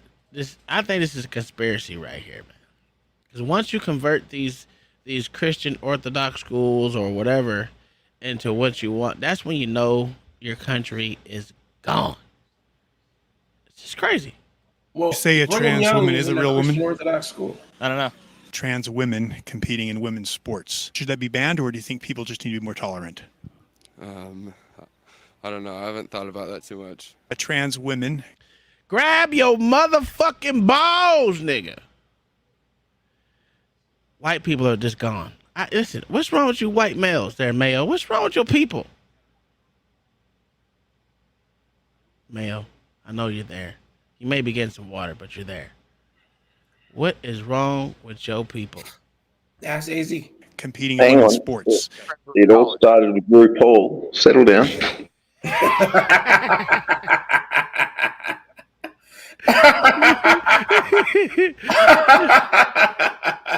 I just don't get it, man. So if you ask a black man, yes, sir. Tom, all right. If your job would disappear tomorrow because of something you said on this show, would it be worth it? They're in college though. That's not a job. That's even worse, sir. Not really. That's where you're supposed to disagree. Do you think what's that kid's name? Nick Fuentes? No. Sanchez? No, the one from Nick Fuentes? that supposedly that they said got in front of the Indian in DC. Oh, Nick, not Cannon Jesus. Nick, Jesus, no. Hey, you know who I mean, right? Yeah. Yes. Yeah. Will he ever be able to get a job? Yes. He got paid. He You don't have to. He don't need a job. He got almost over 100 million. No, he didn't, sir. Yes, he How did. much did he get? Because he got a disclosed amount too. And then he's also suing other people as well. Other people that, dude, he got a lawsuit just like Rittenhouse got a lawsuit going. That boy's paying the shade. He got 40,000 from CNN and MSNBC. Oh, 40,000. He got 40,000. I'm not 40,000. 40 million. No, sir, he didn't. How much did he get? It's all undisclosed. From what I was told, I was upward 40 million. He's over almost 100. That's all what I'm saying the is suits were whatever for, amount but they he got- settled out of court for What a much was it? lower settlement. What the fuck was his name? What the hell? Look, whatever amount he got is a lot more than you and I will ever see. And He's in he'll the be millions, fine. bro. He didn't get like one fucking million. He had a great case, and his name is Nick. Did you hear that? The fuck was his name? Did you hear that part of the settlement with the ballot counter company with Fox was that Tucker had to be fired? No, I didn't hear that. That's why they fired him. Well, not fired him. That's why they canceled his show. He technically is still an employee with Fox. The fuck is his name? Why don't you just Google boy Nicholas Sandman. That's it. Nicholas Sandman. Oh yeah, Sandman. The Sandmans are coming. How much did he get? Let's see. See, from CNN settles $275 million with Nick Covington kid Nick Sandman. $275 million. So let's just say they settled a suit that was for $275 million. Oh sir. my! Who was it for then? So let's just say he settled out of court, which he did. Let's say No. It says CNN settles a $275 million lawsuit with Covington student Nick Sandman. So that goes to him. No, So sir, somebody it does settled not. No, it does not, sir. Okay, so who was you it have go to to? read past the headline. What does it go to? Are you just reading the headline?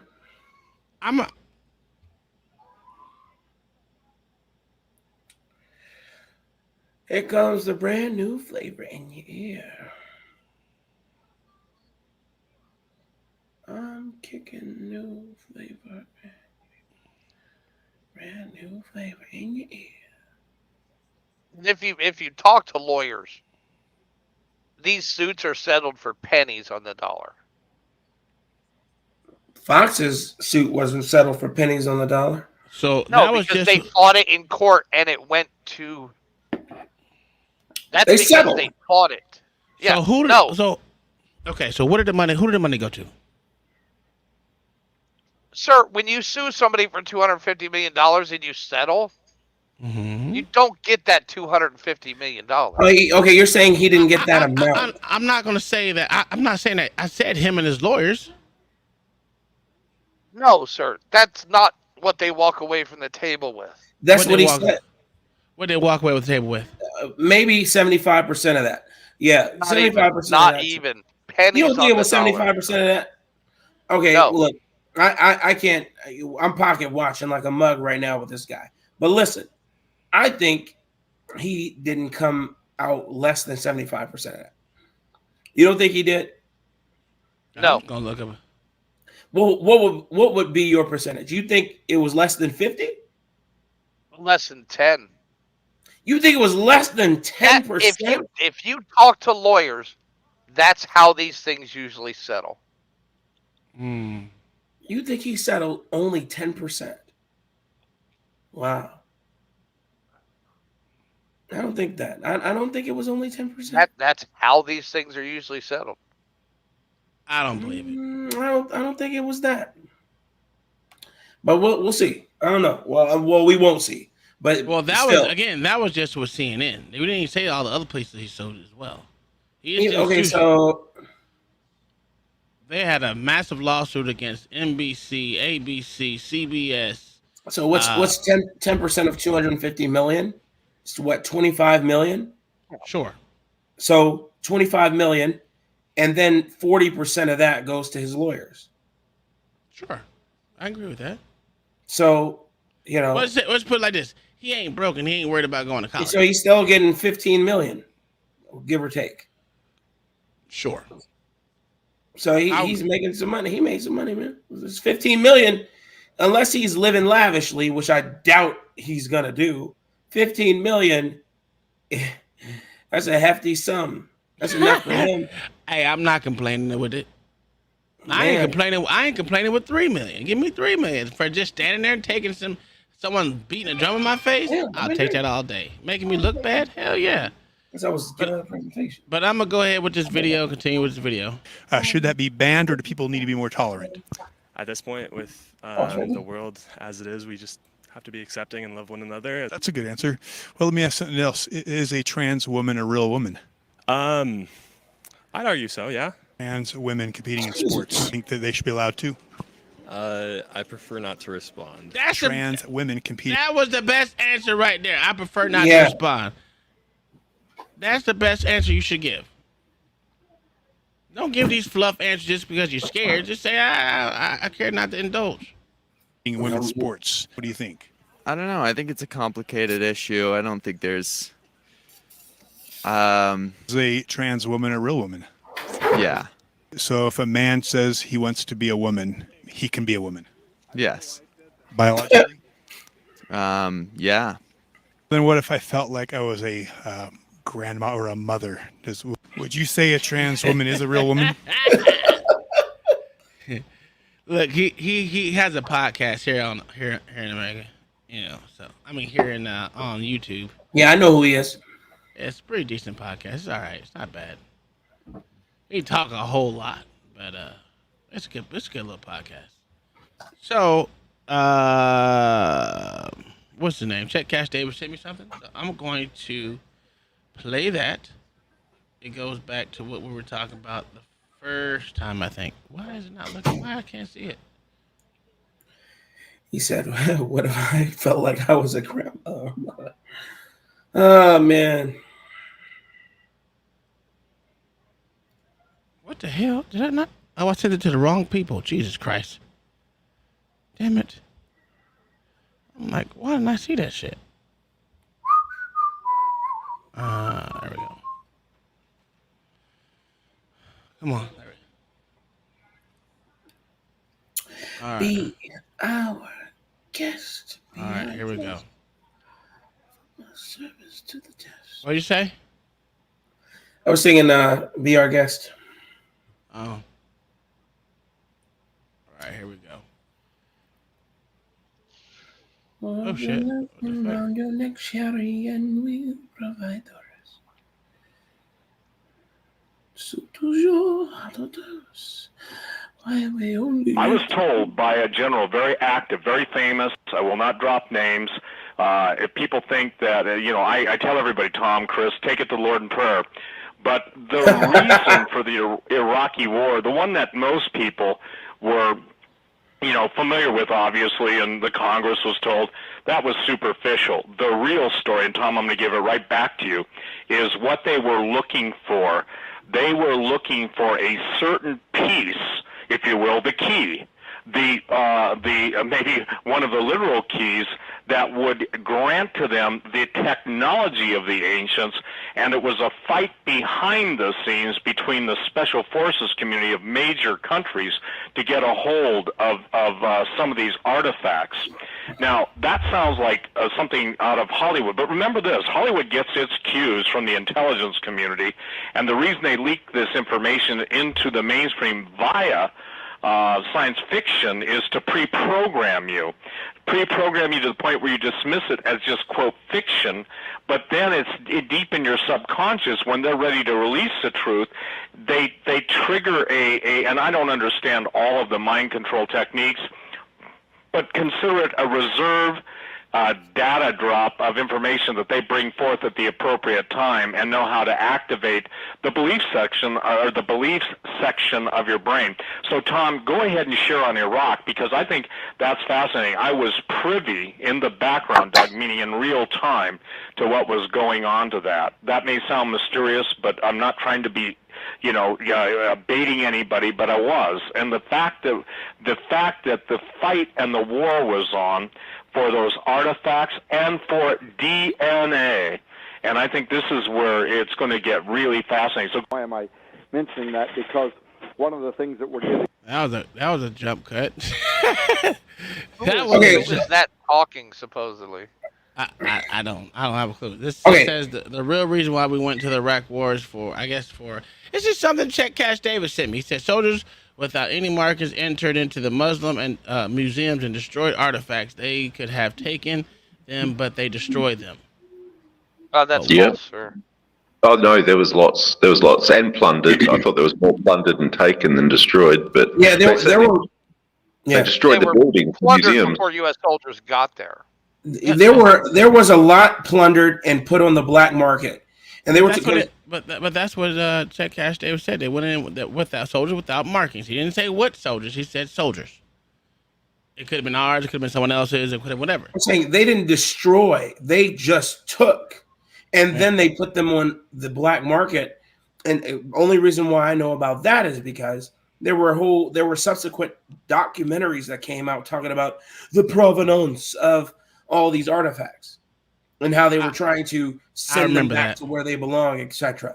But I can't. My takeaway from that guy's spiel was the brainwash techniques. I can get with that because I think about Hollywood in the 60s, and you think about Star Trek and how he had his communicator watch and how everyone thought that would never in a million years happen, no matter what. And here we are with communicators on our wrists right now. Oh yeah, for sure. They give you what they'd like us to sort of create over time. Yeah, for sure. I believe that. Yeah. So I can get down with that. Wait a minute, Aztec! You telling me you're a conspiracy theorist too? Y'all be calling me crazy and shit, but y'all motherfuckers believe some of the same bullshit that I don't believe. But what I believe is fucking crazy. Just because I said they have no evidence. We don't believe in ice walls. Wait a minute. Just because I say I don't believe in fucking dinosaurs, I'm cuckoo. But you motherfuckers believe that they gave us watches that can communicate just like they did in the 60s because they already had it back then? Is that what y'all trying to tell me? No, they sowed the seeds through okay, that was your spiel. So I can believe what you're saying. Black, you let me know what you're talking about, nigga. Huh? That's what I'm saying. I'm saying that the technology was being worked on, and they had a rough. You talking about in the 60s of it. Same thing with because they already had cellular technology back then. They just, of course, they had not released that. They also were working on a GPS back then. Yeah, so I loaded the Army's first GPS into a Black Hawk helicopter. It took up most of the cargo bay. See, it's just my point is I'm not saying that it was exactly what we see now, but I'm just saying like AZ was saying they were sowing the seeds and they had been working on the technology. Yeah, I can agree with that. And you say the first GPS you put in a helicopter took up most of the cargo bay. Well, go back and look at Tesla's stuff. His equipment took up near half damn paddocks. You know what I mean? Like, so the idea and the principles have existed in science ever since they shut down Tesla back in the day. You know, they have a full-blown I can agree with that. I can agree with all that. But I still don't believe dinosaurs existed, and I don't believe in the moon walking on. You know what I'm saying? You know, they have a full-blown Tesla tower out here in Texas. I've seen that. Yeah. People were driving by it. They're like, that looks just like that damn Tesla tower. And they were pretty much, that's exactly what it is.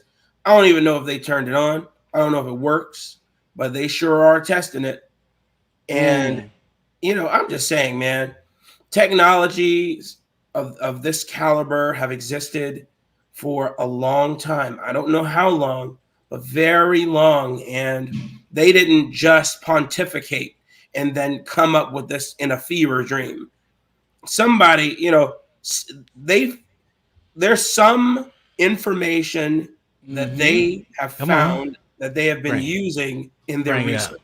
Yeah, bring it forward. Absolutely. And if you ask me, they're trying to recreate technologies of the past from civilizations that have long passed. So, like Atlantis days, that sort of thing. So back with the Lemurians, the Atlantis days, they're trying to recreate technologies that existed before that we've all long since lost after an ice age. So you're trying? Okay, all right. So you're trying to tell me, right, that there's aliens here before? That's not what he's trying to tell you. Just man was smart before, much smarter before. So you saying they had cars and shit before? No, probably more. Well, if you go back and read the Indian Vedas and stuff, they had nuclear weapons. They had Vimana, flying craft, and Vimana were not only used by mankind, but they were also used by the god to come here to the planet. The Veda texts are just crazy, man. When you go back and read those Indian texts, boy, mate, it's some far out science fiction. It's stuff that people back in those days wouldn't have been able to dream up like we do today. But it's like you're watching Astro Boy thousands of years ago. How the hell would they have those sort of ideas back then if they're not drawing on things that existed before? Oh, I don't know. You got to ask Mayo. Mayo, since you are the non-conspiracy I know theorist. nothing of these texts that he's speaks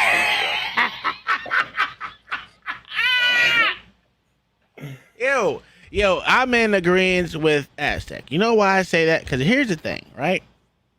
They say, like you said, the only way you can dream up something if it was already here before. Nothing is new underneath the sun. If there's nothing new underneath the sun, that means all this has happened before. And we're just repeating the same thing over again. Whether it's a different time zone, a different, dimension, or whatever the fuck you want to call this. Nor can you create faces in your dreams. You have to, the faces you see in your dreams are of people you've seen. And then, you can, make amalgamations of those faces. But these are of people that you've seen in the past or your present.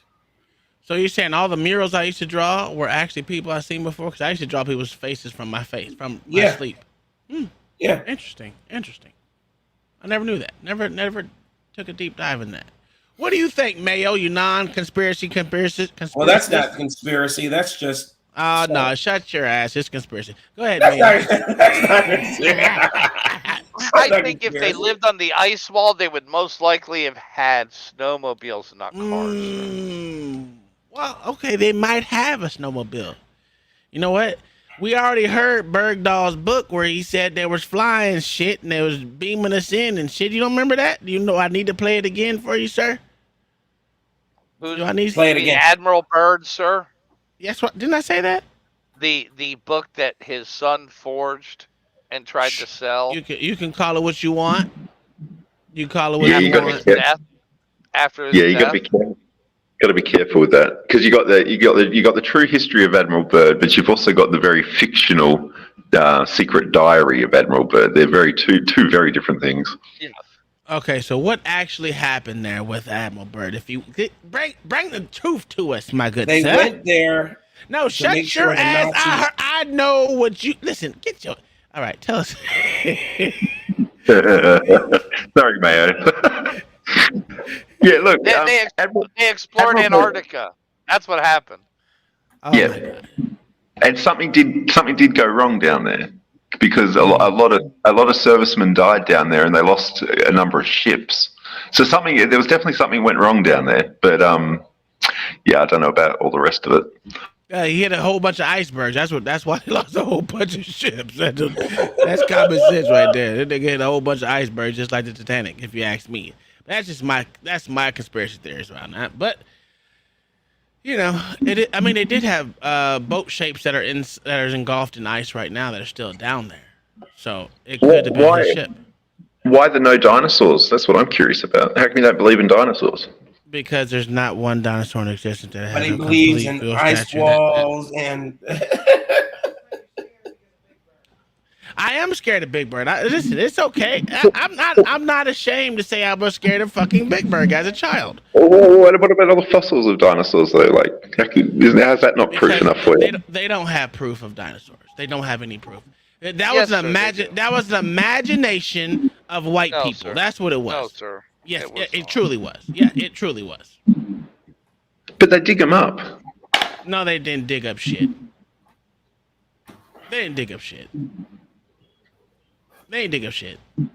He's just gonna keep saying that. They dug up some fucking rocks. That's the fuck they dug up. You know what's funny? Let's go back. I think it's where is this fucking place at? Dinosaur shaped rocks. Hold on. One sec. Okay. Oh, Mama's coming up here. Where you been at? Oh, don't let me at the X. Okay. Let me see. Where is the? Let me see.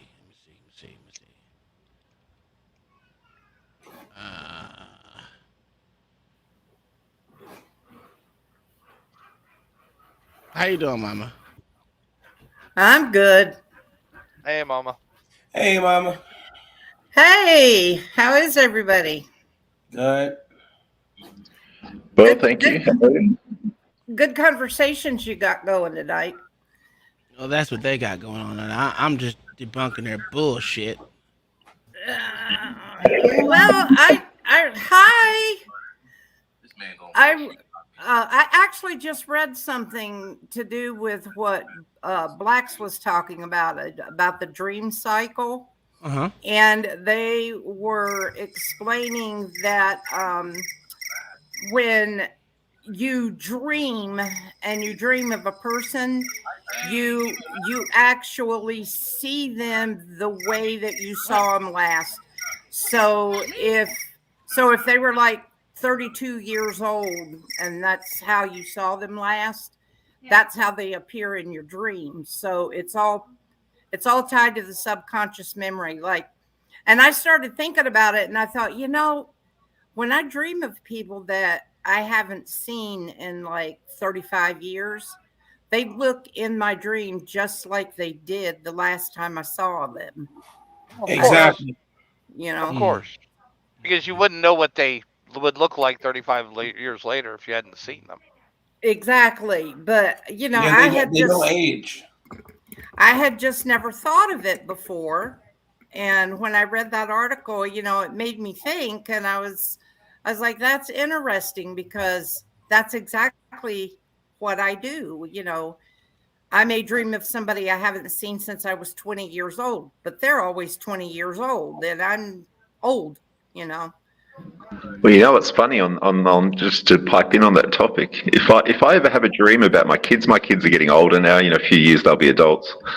But any time I dream of them, even today, they're still the little kids that I loved when they were little. You know what I mean? And if I ever dream of them, they're always that younger kid. They're not the grown up teenagers that they are now. Yeah. Okay. Yeah. Now, here's my problem with the dinosaur theory, right? Uh-oh. Now, they said they found the dinosaurs existed over 65 million years ago. No, that's untrue. Okay, how long do you think it was ago since they found it? Dinosaurs walking around. I'd have to say 5,000, 6,000 years ago.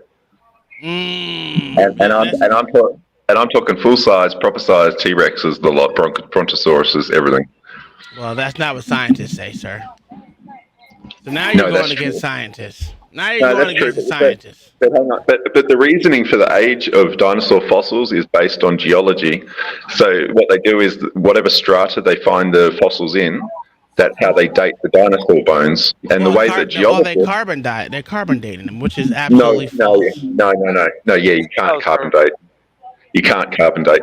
And the way that geologists age the strata in the Earth is by what fossils they find in it. So you see, you've got geologists that are dating it based on what fossils are there, and you've got paleontologists and that dating fossils on which strata is found. It's all circular reasoning, and none of it's science. Well, geologists also date based on known events. They don't know these events. They were never there before, so how would they know the events, sir? This is why I call it bullshit. Uncle Tom. Go ahead, I'm listening. Explain. Explain the fossils in Italy under the volcano.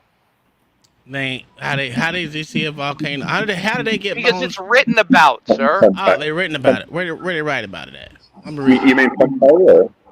Yes. But they know certain things happened. How? Oh my God. Look, I'll tell you, Uncle Tom, why I believe in dinosaurs, and why I believe they're far more recent than ancient, and that's because I'll hear your word. I'll hear you that. I'll listen to that. Okay, well, the word dinosaur was only invented a couple of hundred years ago. Prior to that, there was no such thing as a dinosaur. No fossils had been dug up like this. It's only become a new thing that we know about dinosaurs and pull up bones. Prior to that, the world was full of history of dragons. It was dragons. Now, if you go back and you have a look at how dragons were killed, whoever came up with a way to kill a dragon became venerated forever. They became a hero forever. And and if you look at the way they killed dragons, everyone likes to picture knights with swords and shields and armor, but really, it's not like that at all. Like, if you look at most cases, the hero actually found out what the dragon would eat and get them to consume it and fill it full of tar and hay and stuff so that it would clog up its guts and kill it, right? So they came up with clever ways to kill these animals, and then they'd become venerated heroes forevermore. But the clincher for me is if you go to Peru, there's actually a number of places, I can't quote them right now, but Peru's the predominant one that sticks out in my head. There's that many carvings in pottery, in rockwork, depicting actual Brontosaurus and Stegosaurus, and I haven't seen a T-Rex, but I've certainly seen a lot of the other ones. And they've depicted them how they looked. Not the skeletons, not the bones, so they weren't digging up the bones, but they're depicting them exactly how they looked. So if the world didn't even know about dinosaurs until they started digging them up a few hundred years ago, then how the hell is it that if you go back thousands of years, people are depicting these things on their clay pottery, their walls, their rock buildings? They depict these things everywhere. There's so many accounts and depictions, and it's the actual drawings of them and them getting them perfectly right. The look, the shape, the scales, and the different ones that have the different ridges on the backs and that sort of thing. They get that. They nail them perfectly, just like we do today. So unless they were looking at them back then and physically walking around with them, how the hell did they depict these things or even know about them? And you make a compelling case. Right, but that doesn't say 65 million years ago, as they always predict. No, that's right. And the other thing is, they say man wasn't around 65 million years ago. So why is it that we have fossilized footprints right alongside fossilized dinosaur footprints and dinosaur bones? How can we find in the same strata human footprints right alongside dinosaur ones and dinosaur remains? See, that's my take on it. There's no way you can tell me something happened 65 million years ago. If I was to sit a car inside, just leave a car where it's at over the time, over 10, 15 years, the ground is going to be sucking it up. And it's going to be on the top layer. You'll be able, then eventually have a mound over it, and they'll be over. But that doesn't take, you're going to tell me 65 years of different dirt, wind, water, whatever it is going to sit on top of it. And you talk about 65 million years ago, you're not going to find it on the top layer of the earth. You're not even going to find it poking out of the earth over 65 million years ago. The world changes. So, and that's what I'm saying, because the way they're finding these dinosaur bones is in the pretty much not the topsoil, but It's within the first 10 to 15 layers of crust. Correct. And that, Yeah, to and me, it's just not possible that you're trying to tell me that dinosaurs lived 65 million years ago and in the top 15 layers of Earth. That's crazy. Yeah, I see what you're saying, but there's a reason they're all found like that in very high-level layers, and that's because what wiped them out only happened just a few thousand years ago. So the Earth was a very different place just a few thousand years ago. The atmosphere had like 3 times the air pressure, had 3 times the oxygen. If you look at dinosaurs, for example, most dinosaurs have nostrils smaller than a horse. Yeah. And so if you were to take the current atmosphere that we have today, there's no way in the world they could breathe in enough air to get enough oxygen to provide that huge body with enough oxygen. But if you increase the atmospheric pressure and you increase the oxygen, it makes perfect sense why dinosaurs have such tiny nostrils, because they didn't need to breathe anywhere near as much. But if I go back to the flood. I talk about the flood a lot when I talk about dinosaurs, and I don't like to just base it out of the biblical narrative of the flood. There's over 300 different flood accounts from all the cultures all over the planet. Just about every ancient culture on the planet has a flood story. They're talking about the exact same story, where one man took his wife and his 3 sons or 2 sons and saved a set number of animals and saved them from a deluge or a cataclysm that hit the earth. And this appears to be when the dinosaurs were wiped out. And the reason dinosaurs are found so high in the strata is you can actually look at this. Like, most heavy dinosaurs were all found grouped together at the bottoms of hills and alongside the bottoms of ridges and alongside the bottoms of mountains. That's because they're pack animals, though. They're just pack animals. No, that's right. But they've all run together away from something that has ended up killing them all in one spot together. So they've basically run as far as they can, and the smaller dinosaurs have died further up mountains, further up hills, because they could make it out of it a little bit further, but then they got swamped. And basically this is repeat over and over again. You can find all the categories of dinosaurs all grouped together like they were all in a herd running from the same thing. So something big happened. And this is why they appear to be in high-level strata, is because it only happened recently. And this is where I believe the fables of knights and dragons came from, because it was literally whatever remnants survived that, whatever large animals survived whatever that cataclysm was, became a hungry predator to any society or civilization that was trying to survive after that cataclysm. So it was important to try and kill them, otherwise they were eating your livestock, destroying your villages, that sort of thing. I think it was probably the pterodactyl, if you want to go with that actually lived longer than the rest of them, because they didn't have to land. They can fly around for the majority of the time. But I just had that whole thing about them. They don't know if it's a chicken, if it's in a chicken cell or a reptile. There's that problem. Then to me, just being found in the first 15 layers of the Earth's crust, to me, is just ridiculous for it to be 65 million years ago. That's all. Yeah, definitely not 65 million. I doubt anything is as old as 65 million years, unless you want to talk about the actual rock of the earth or the ocean. Maybe that was the year that they go. At least that's what they're saying. That's what they were saying. I said, you make a compelling argument. Do I still believe in dinosaurs? You kind of swayed me a little bit the way you're saying it, but I can go with, because I don't know anything about them being on clay pottery and Peru and all those, but it could be found on it. And like I said, you make a compelling argument for me to believe. And this is what this day is about, is to convince the naysayers. You got me kind of thinking about it. I'm going to do something. I'm going to read on it and prove. Seeds for thought. See, you don't have to know everything. You don't have to claim to know everything. You don't have to even take a stance. But if you shut your mind off, I mean, you really are just going to go with the narrative. Yeah, and that's what this day is for just to say, anything is possible. I'm not saying I'm absolutely right, because I don't know shit. But anything is possible, and I leave room for possibility. That's all. But that will bring us into our next topic. I don't know if y'all know anything about the Oklahoma City bombing. I know Mayo does. Timothy McVeigh. I can give you. It's a backstory. This is a simplistic version of it. know what? I'm not gonna play that because it's not intended. If it says, "Do you wish to follow?" It's not intended for appropriate audience. I'm not gonna play it on my channel. But this is why Conspiracy Wednesdays will be moving to Rumble, because this shit is annoying. All right. Oh, I had another. Oh. First off, before we go into that, I wanted to show. Next time you see Black Suit Identify. Black Suit I said it right.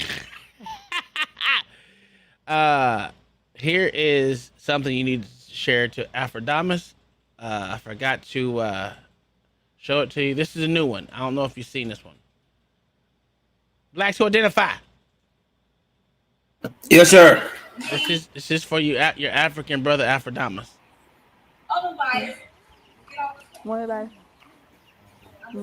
They still live in mud huts, so because you know how they said they don't live in mud huts. What is that? That is a mud hut. Nobody believes anything that Aphrodamus and his cohort of Africans say. That is a mud hut. Do you remember when I took them to task? You remember when I took them to task when they were talking about all the magnificent cities that they have? And I said, all magnificent cities. I'm like, if I take one step to the left, I'll be in the bush. These guys, they're so full of it, man. The toilet. Listen, the only time Africa had robust, beautiful cities was during apartheid. Okay, so hold on to that thought, right, sir? I want you to hold on to that thought. All right, I want you to. After that, it's just very deliberate camera angling. Okay. Here's your brother right here. This is Aphrodamus right here. I just want because you might hear when I played it earlier.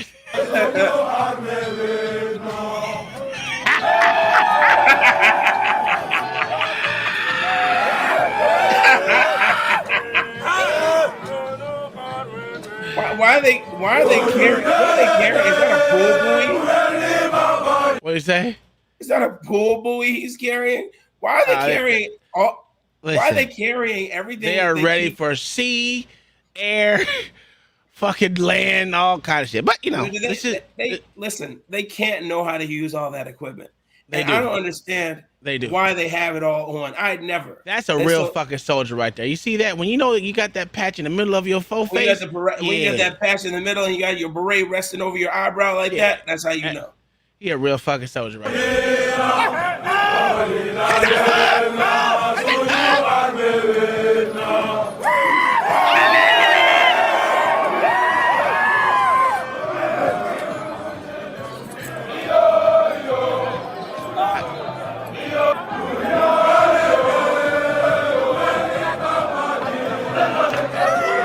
What all that orange and yellow says to me?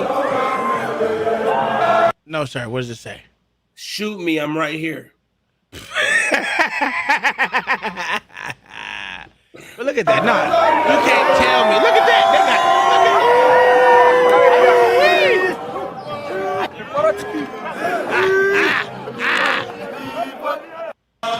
You can't tell me, boy. Next time we see Aphrodamus, tell him I got a video for him.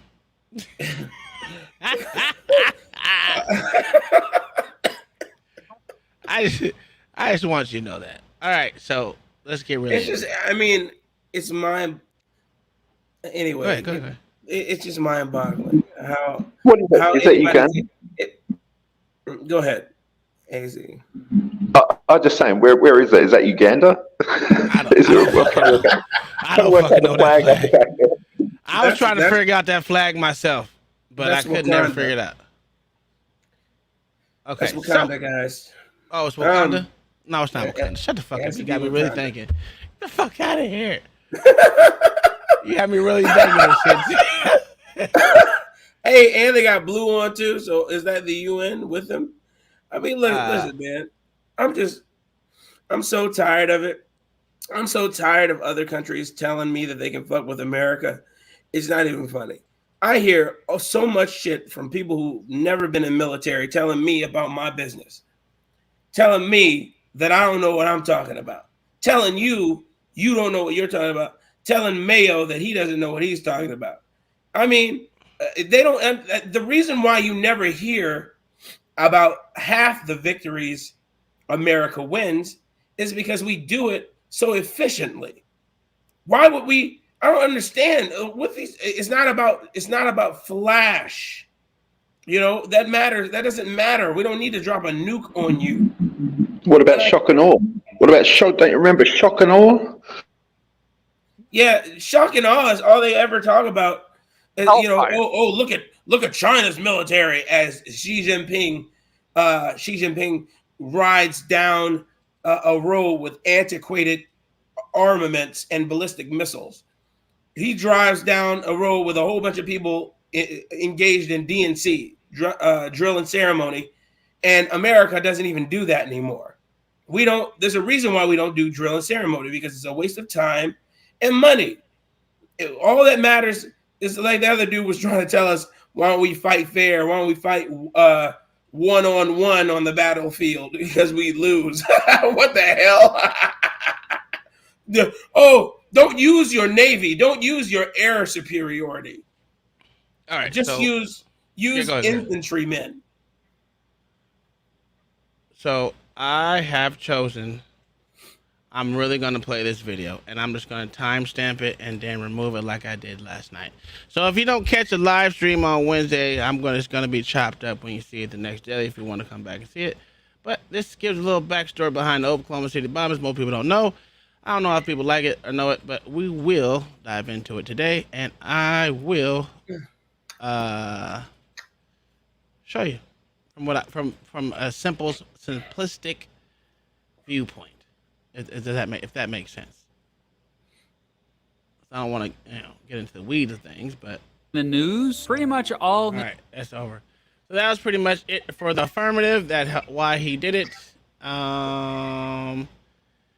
Do you believe so? There, you know what? Hold on. We just heard the affirmative. Let's hear some conspiracy theory. No, I don't believe it. Oh my God! You couldn't hold yourself for 4 fucking No, minutes. I can hold it. God, impulse control, damn it, impulse control. Hold on. I don't believe it at all. I tend to shine away from that as well, but let's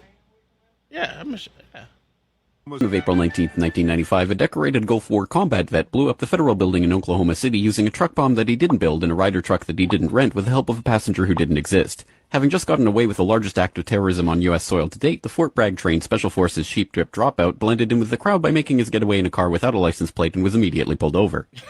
The ATF was the supposed target of the attack, but luckily all of their agents were out of the office that morning. Later that day, the president boldly declared, "We will find the people who did this. And when we do, justice will be swift, certain, and severe." Except for John Doe number 2. John Doe number 2. John Doe number 2. Who, according to the FBI, never existed. In McVeigh's unprecedented 3.5-week trial, the prosecution didn't show the CCTV footage of him and John Doe number 2 parking the Ryder truck. Didn't explain why 24 separate witnesses mass hallucinated the existence of John Doe number 2. Didn't explain why the government was testing truck bombs and the Army was storing Ryder trucks at Camp Gruber right before the bombing, and didn't talk to the FBI informants who blew the whistle on the plot. But they did collaborate with the CIA, and they did convict McVeigh as the lone wolf bomber and Terry Nichols as his bomb-constructing accomplice. Still, a bunch of crazy conspiracy theorists, including 300 bombing victims, insist on talking about facts and evidence and refuse to simply believe what they've been told a million times by people in tailored suits with well-coiffed hair. They quote the U.S. Army Brigadier General and the FBI crime lab whistleblower and the inventor of the neutron bomb who point out the physical impossibility that the Ryder truck bomb did the damage to the building, but that doesn't matter because if there were other bombs in the building that day, we would have heard about them. The second explosive was found and defused. I think he said another bomb. The Justice Department is reporting that a second explosive device has been found. They then found a third device, which was also larger than the first. And I see another bomb truck going, so apparently they're going to try to get out that third bomb. The FBI claims to have lost the footage showing McVeigh and John Doe number 2 parking the truck in front of the Murrah building that morning, but that's understandable because the Bureau has a lot of important evidence to store. Terry Nichols insists the FBI was involved in the plot, but thankfully a judge has saved us the trouble of listening to him by preventing lawyers from deposing him. There was a bomb squad truck parked across the street 2 hours before the blast, but that just shows the authorities were prepared for anything. And other documents obtained by 2020 show that someone called the Executive Secretariat's office at the Justice Department in Washington and said the Morrow building had been bombed. But this was 24 minutes before the blast. But that just shows the public was unusually vigilant that morning. Also, apparently, before the bombing, Governor Frank Keating's brother, Mark, had been working on a novel about a terrorist bombing in Oklahoma City. Stranger still, one of the characters in the novel was named Thomas McVeigh. But that's probably just a coincidence. McVeigh wrote a letter to his sister where he admitted to being a secret Special Forces operative, and he complained to friends of the pain in his ass from an Army-implanted microchip, but that's crazy, because if he didn't actually leave the Army in 1991, there would be proof of that. McVeigh was not executed on May 16, 2001 as scheduled because the FBI had failed to turn over thousands of pages of evidence to McVeigh's defense attorneys. But the execution went ahead on June 11th. In a highly unusual and secret agreement, no autopsy was performed. One witness said he was still breathing, and the prison officials admitted his hearse was a decoy. Then, the case was officially closed. And if you question any part of this story, you are a paranoid, wingnut, birther, truther, tenther, prepper, conspiracy loon who'd bring up any of these points ever again. Ever. This message has been brought to you by the friends of the FBI, ATF, DOJ, CIA, SPLC, MSM, and the U.S. Army. And remember, ignorance is strength. All right. Again, you can go. You can go now, Blacks, if you want. Hey, he listen. I didn't know half the stuff that he said. All I was just using my eyes and my ears, knowing that an explosion of that magnitude couldn't have. First of all, they said he lit a 2-minute fuse. Okay. Yes. And he lit a 2-minute fuse, and he had 2 minutes to get to a car that had keys planted in it several blocks away, and then drive and get out of there, and only for him to be picked up. How many minutes away? How far away was he? 90 minutes away. Nah, get the fuck. So are they saying didn't have a license plate? Didn't have a license plate either. And then he's some well-trained operative who is trained to blend in with no license plate in a big old steel travel car. Again, man. Listen, you don't have to be a rocket scientist to know that doesn't feng shui. How fast was he? How fast would he have had to been going to get 90 minutes away from something that only had a 2-minute fuse on it? What, 300,000 miles per hour? I don't know. It's ridiculous, man. It doesn't make any sense. No, he was found 90 minutes away after the blast went off. That's when they actually 90 minutes away. arrested. How long ago? How long after the blast went off? Probably 90 minutes after the blast, sir. So they're saying 90 minutes. He was found in Perry, Oklahoma. I thought they said they had already arrested him. No, when they said that they had already arrested him earlier in the day before the blast. No, after the blast. No, sir, after the blast. Okay, look, listen. All I'm saying is that it doesn't add up. I don't believe that he even listen. He may have had the technical know-how, but I don't believe this story was as cut and dry as they made it sound. And I firmly believe, and I have no evidence of this, that it had something to do with the Clintons. So you know, I knew there was one thing they said. Didn't they say something about their lawyers were in that building or something like that, or a bank that they dealt with? Or... No. It was a federal building, sir. It was water. No. It was the, what is it called? What the fuck is it called? Something that they dealt with was not in there. Watergate. It wasn't Watergate. It was like water something. Probably a federal bank. There was something that they dealt with. She was going to be indicted 4 days after that due to conspiracy with the water something. What is it? What the fuck is it called? Jesus the Christ. EPA? No. If we could just put that heifer in handcuffs one time.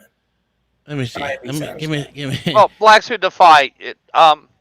What was his relationship with the Special Forces, sir? What was his relationship with the Special Forces? He dropped out on the second day of assessment, sir. Okay. SFAS, the second day. Okay, what is that supposed to mean? He was just an Army infantryman. That's what I'm saying. Highly trained operative. That's what I'm saying. He wasn't. Okay, yeah. Whitewater. She was supposed to be indicted with Whitewater, but all the documents disappeared because they were inside of that building. That's why there it was. But listen, I'm saying, yeah, he wasn't a well-trained operative whatsoever. They said they made it seem like he was, but he wasn't. So it's just funny how the Clinton, someone was supposed to be indicted 4 days later, but now they couldn't indict her because there was no more paperwork. Mayo, what do you say to that? And who was supposed to be indicting her, sir? I don't know, Justice Department. So they say. Out of Oklahoma City, out of a regional office. They said they moved the stuff from Arizona to Arkansas. They moved it from Arkansas to Oklahoma. The paperwork. And that building just so happened to blow up 4 days before the indictment went down, sir. Nobody magically had copies of these documents? Well, this was back in the day where everything was held by paper. It wasn't too yeah, many Xerox computers around. Didn't exist at all. Well, I didn't say Xerox didn't exist. All I said was that it was when motherfucker, if you were transporting paperwork, how many copies did you usually make? Sir, can you show me where they were gonna? Listen, I'm just going off what was said. See the Yes, problem is with you, people Mayo. can say literally anything, sir. Okay. Quick question. The Oklahoma City bombing that year. Wasn't Oklahoma hosting the Olympics or something? Wasn't it something? No, not the Olympics. What was it? There was something about the Atlanta bombing. You're thinking about the Atlanta. That was Atlantic bombing. So no, literally the shit with Oklahoma City bombing was just that. There was nothing special with that day. It was just a day. No, it was special that day, sir. What was? It was the anniversary of Waco, sir. Oh, that's right. Well, I mean, he said Waco and also Ruby Ridge. Yeah. Ruby Ridge, and that's why they did it, because but it was done on the anniversary of Waco. Yes. So they said that's what inspired him, even though he never admitted to that. Well, they also don't mention the years after he got out of the service and was doing the gun show. That's how he was making his living at gun shows. What does that got to do with price in China? Selling Nazi memorabilia. So that makes you speaking out against the government. Well, notice speak out against the government. Who drives around today, Uncle Tom, with no license plates? Exactly. That's why it didn't make sense. No, who drives around today with no license plates? CIA. No. Cops. No. Sovereigns. Sovereign citizens? Right. Yes. Okay. But he never claimed so to be him driving around without a license plate and being anti-government wouldn't be a big shocker, would it? It would. It actually would if you're trying to blend in. I mean, if you're trying to blend in, if you're really trying to blend in, I'm just saying they painted him as some sort of well-prepared operative. It doesn't make any sense that he drive around with no license plate, putting himself directly in harm's way, directly on the radar. It doesn't take. I'm saying they just all of a sudden string theory this thing together. Here it is. Oh, they had a composite sketch of him from the people who rented him the car, and then he accidentally wrote his name down. He didn't even rent the car, so that was false. That was a false allegation because he never rented the vehicle. It was his cohorts that rented the vehicle, not him.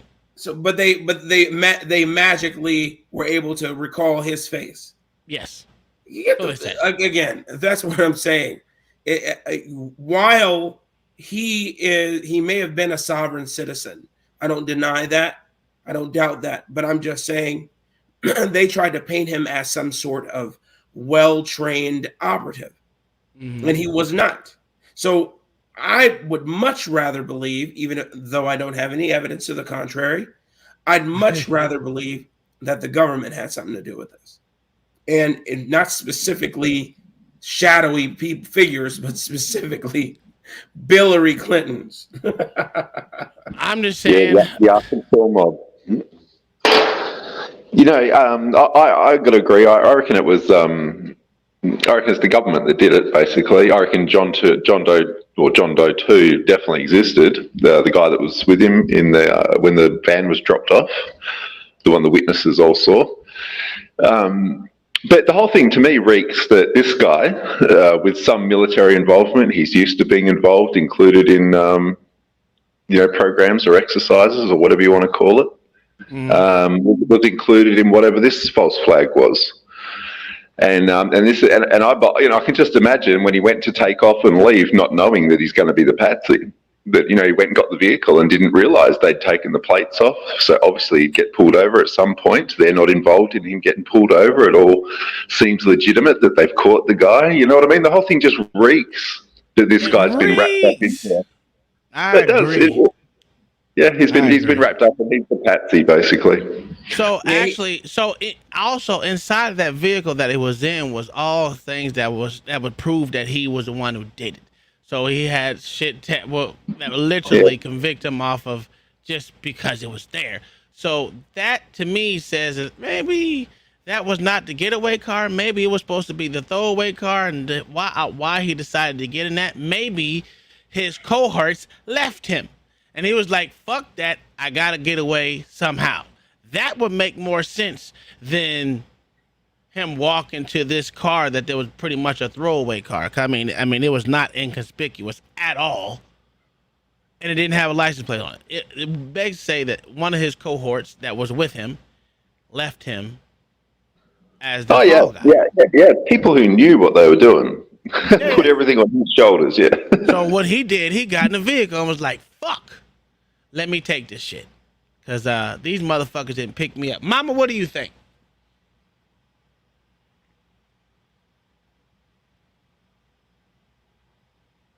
So you're saying he bombed the federal building, but he didn't? All I'm saying is he did it by himself. I want to know why they shut him up so fast. I mean, everybody else that receives a death sentence sits on death row for 20 years before it's carried out. He decided to waive all his appeals. It was funny because he was going for it, then he's like, I fucking waive all my appeals. And I mean, this is the first federal death sentence in 30 years. Yeah. And he was at Waco. I mean, there's film of him watching the whole incident at Waco. So there's no doubt that he was there. And he's got a long history of anti-government sentiment after Waco and everyone should have anti-government sentiment after Waco. They literally set the building on fire with people inside of it. Absolutely effing disgusting. No, I understand. But you don't understand his history and his actions between when he got out of the service and the bomb. Yeah, no, I do. I reckon he was too. I get it that he had anti-government sentiment. I kind of do too. What are you talking about? Yeah. And look, listen. If you were ever in the military, you have anti-government sentiment. You don't even have to be in the military. Just to fucking hate the government. No, but you didn't write letters to congressmen and newspapers. I wouldn't. I mean, that's nothing I would do anyway. Even if I did. He did, sir. Okay, but what is it? Okay, but what does that technically mean? There's a lot of people that write anti-government hate speeches to their fucking congressmen. Oh no, I haven't wrote that, but I have written to them. But there is a lot of people that write fucking "I hate the government" fucking letters to them. It's not, I don't think that's a reason that you should want to blow up a building. But I'm not saying that he did it alone. I do think he was a scapegoat. I think he did the shit. He was waiting on his cohort to pick him up and take him somewhere, and the motherfucker left him there. And he said, "Fuck, I'm gonna go ahead, get in this piece of shit car that we were supposed to leave here, so they can think they throw him off the trail. And, I have no doubt that there was other people involved. Yeah, that's my sentiment at all. behind it. And like years late, when I first moved to Kansas, and when I got out of the service, this would probably be back in '99. They actually found a pile of explosives underneath a house that Terry Nichols once rented. Yes, what's that guy that does those documentaries? Michael Moore. Yeah. James is in one of those. I think it's the 9/11 one he did. It goes into that. It's pretty. I understand these guys were doing this, but I firmly believe they were incentivized by, as assets. There was a cell, and every cell is encouraged, funded, and pushed along by the CIA. Basically, all you have to do is look at all the cells in Syria. Every single one of them was backed, funded, and encouraged by the CIA, including all those cells flooding Europe. There's refugees, all orchestrated by the CIA. Isn't that funny?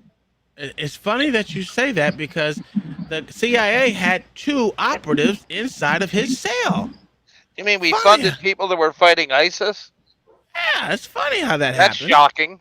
That's shocking. But that's what I'm saying. You don't have to, you can have anti-government sentiment and still, because we all know the CIA gets away with a lot of stuff. The vitriol of it, sir. Yeah. He went to gun shows and handed out the home address of the FBI sniper, both at Waco and Ruby Ridge. Okay. He hated somebody. This was his mission in life, sir. Okay. I'm not see. I'm just saying. You got me thinking like I'm doubting that I'm not doubting that. Do I think he's still alive? Well, he's probably still alive. Would you say that's? I don't think if they didn't do an autopsy or anything, I beg to differ that he actually was put to sleep. You're saying that like it wasn't virtuous, Mayo? Was it not virtuous of him to be jaded like that? Killing children in a daycare is not virtuous, sir. I'm quite sure he didn't know there was a daycare. What did they do to the children at Waco? Did I say that was virtuous, sir? But that was the government who did. Did I say Ruby Ridge was virtuous, sir? No, but you're saying what he did wasn't, and yet what he witnessed. 3 wrongs don't make a right, sir. No, I understand. I'm not saying that does make it right. I'm just saying, we're all affected by what happens to us in life.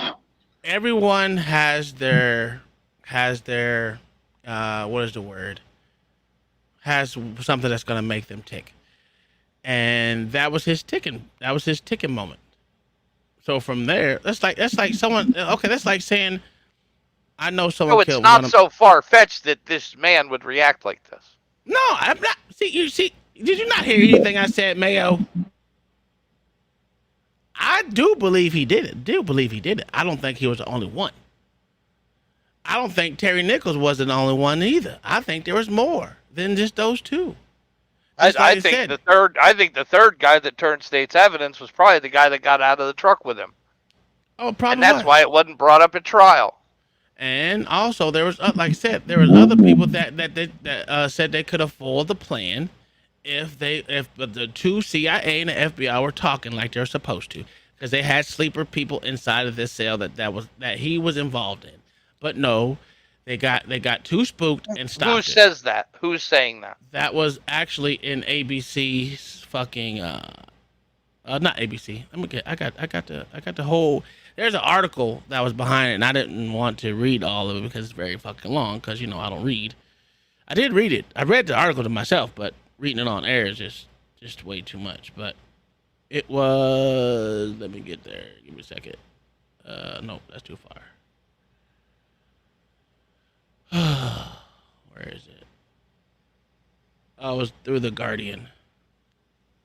That was actually written in 2005.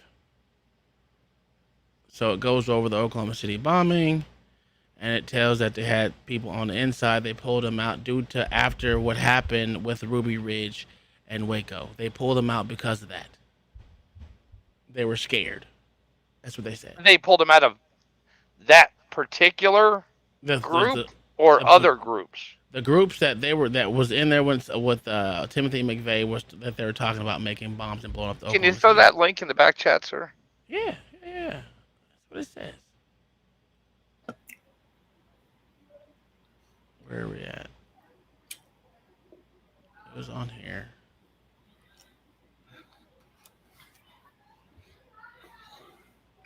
Oh, that's 2015. I'm sorry.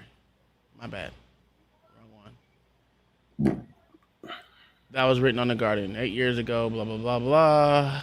They go about the whole damn thing, and I don't feel like reading that fast. But they say they pulled him out. Because he had a whole hate group going on.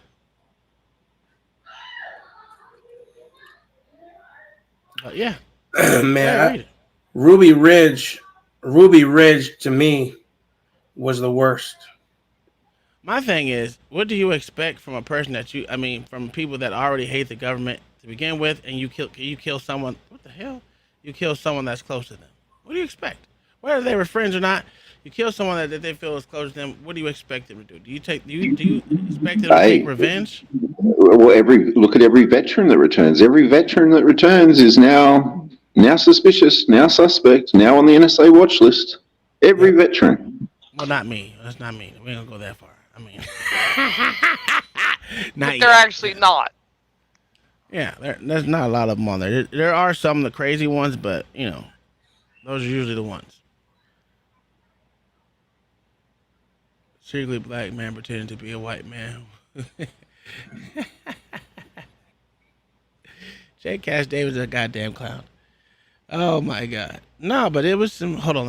There's another video. Let me play this one for you, because I have more. We're making great time tonight, guys. This is while he was on death row.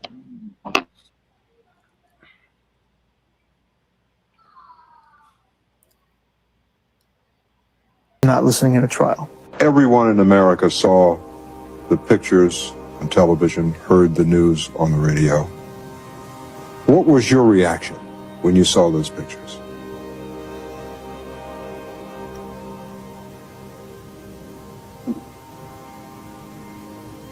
I think, like everyone else, I thought it was a tragic event.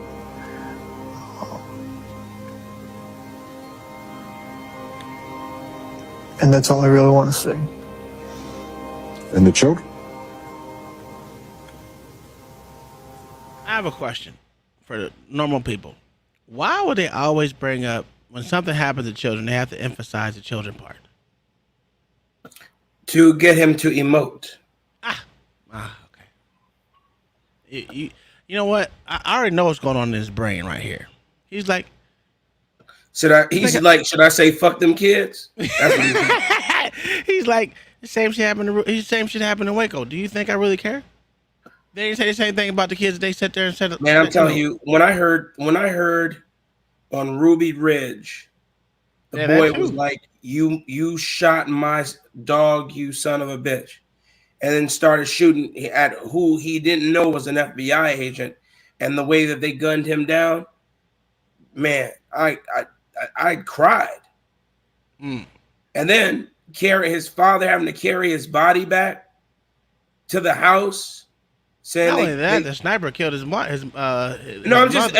That's adding insult to injury. Yeah. How they and then that was after they killed his son. Yeah, I know. Yeah, that was after. But I'm talking about the son situation, having to carry your dead son up the mountain to your house, and then after that to add insult to injury, sit in the house for days with your dead wife. Yeah. That's the government people are protecting. Get the fuck out of here. I'll just quickly say, it doesn't that. I thought it was terrible. Say again? Just think about that, right? Like, you feel that, right? Like that story, like you can put yourself in that guy's shoes. and the power that was exerted over him.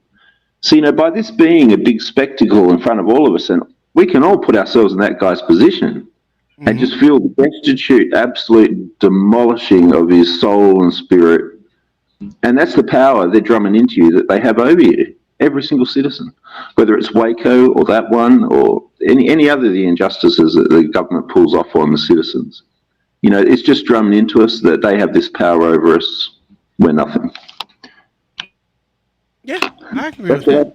That's what I take from all these events. Yeah. I mean, it's not wrong with feeling that way because it's absolutely true. You sure about that? You sure about that? That there were children in the building. A jury convicted you of killing 168 people. The American public, by and large, generally believes that you are the Oklahoma City bomber. Is there anything that you can say, or is there anything you want to say about what happened there? Is there anything you would say to the families, for example? There are things that I want to say, but the timing is not right. What do you mean? At the time, right now, where I'm at in my appeals, where I'm at in my life, there are some issues that I just don't feel that it's the right time to discuss in depth. So that was him right before he denied all his appeals. He went along. He denied his appeals that he didn't want to take it up, and then they executed him like I want to say 6-7 months later, something like that. I don't know, somewhere there. So why did he deny all his appeals? Did they even give a reason? No, he did not. He didn't want to take up the appeals. Why did he? That's what I say. Why did he deny all his appeals? I don't know, bro. Why did all of a sudden did he make his peace with God and it was like, what, I just want to get it over with? Yeah, he said, I take full accountability for fucking them kids up, and pretty much he didn't apologize. He never apologized. I'll give him that. He didn't apologize. He just said, go ahead, give me the shot. I was trying to, what was that, 95? Yeah. I remember I was trying to watch Saturday morning cartoons or whatever, and they just kept playing that on every channel, and I was pissed. That's what I remember. So here's this is a minute. I got some more videos of something close to it. Maybe, I don't know. Let me see. Everything is everything. All right. So I don't remember this one, but I downloaded it for a reason. I mean, I got it for a reason. I don't know why.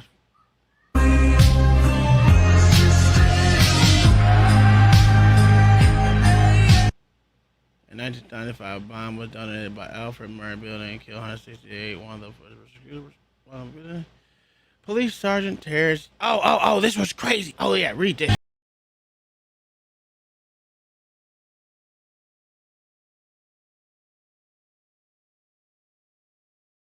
Witness contradicted the FBI story.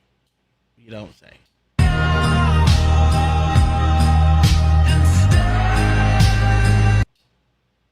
Sergeant Yerke desperately tried to expose what he found at the scene and to his department and gather all his own evidence as well as survival testimonies. He was to retire due to the described as injustice and corruption in the police force.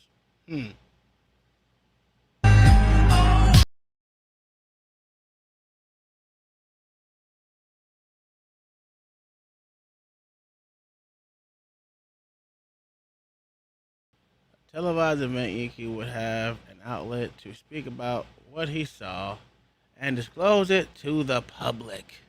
Let me guess, he didn't make it. He would never live to tell his story. Terrence Yankee was found dead in a field. His neck and wrists were deeply cut. He bled to death in his car, but he was found 1 mile away. He was strangulated, and his wrists showed handcuff scars. Sounds about right. From his 45 degree through the top of his temple, he was shot with a suppressed pistol. No gun was found at the scene. The official cause of death, suicide. It's a little overkill. Get the fuck out of here. This guy's name. What's this guy's name? Yeeky. Y-E-A-K. Sergeant Yeeky. So what was he supposed to be telling? Oh, I don't know. What he found at the scene, he said his story contradicted the FBI story. They said he tried to tell anybody who would listen, so that means he told some people. So who did they tell? Yeah, whatever, man. I don't know about this story. I don't know about the story either.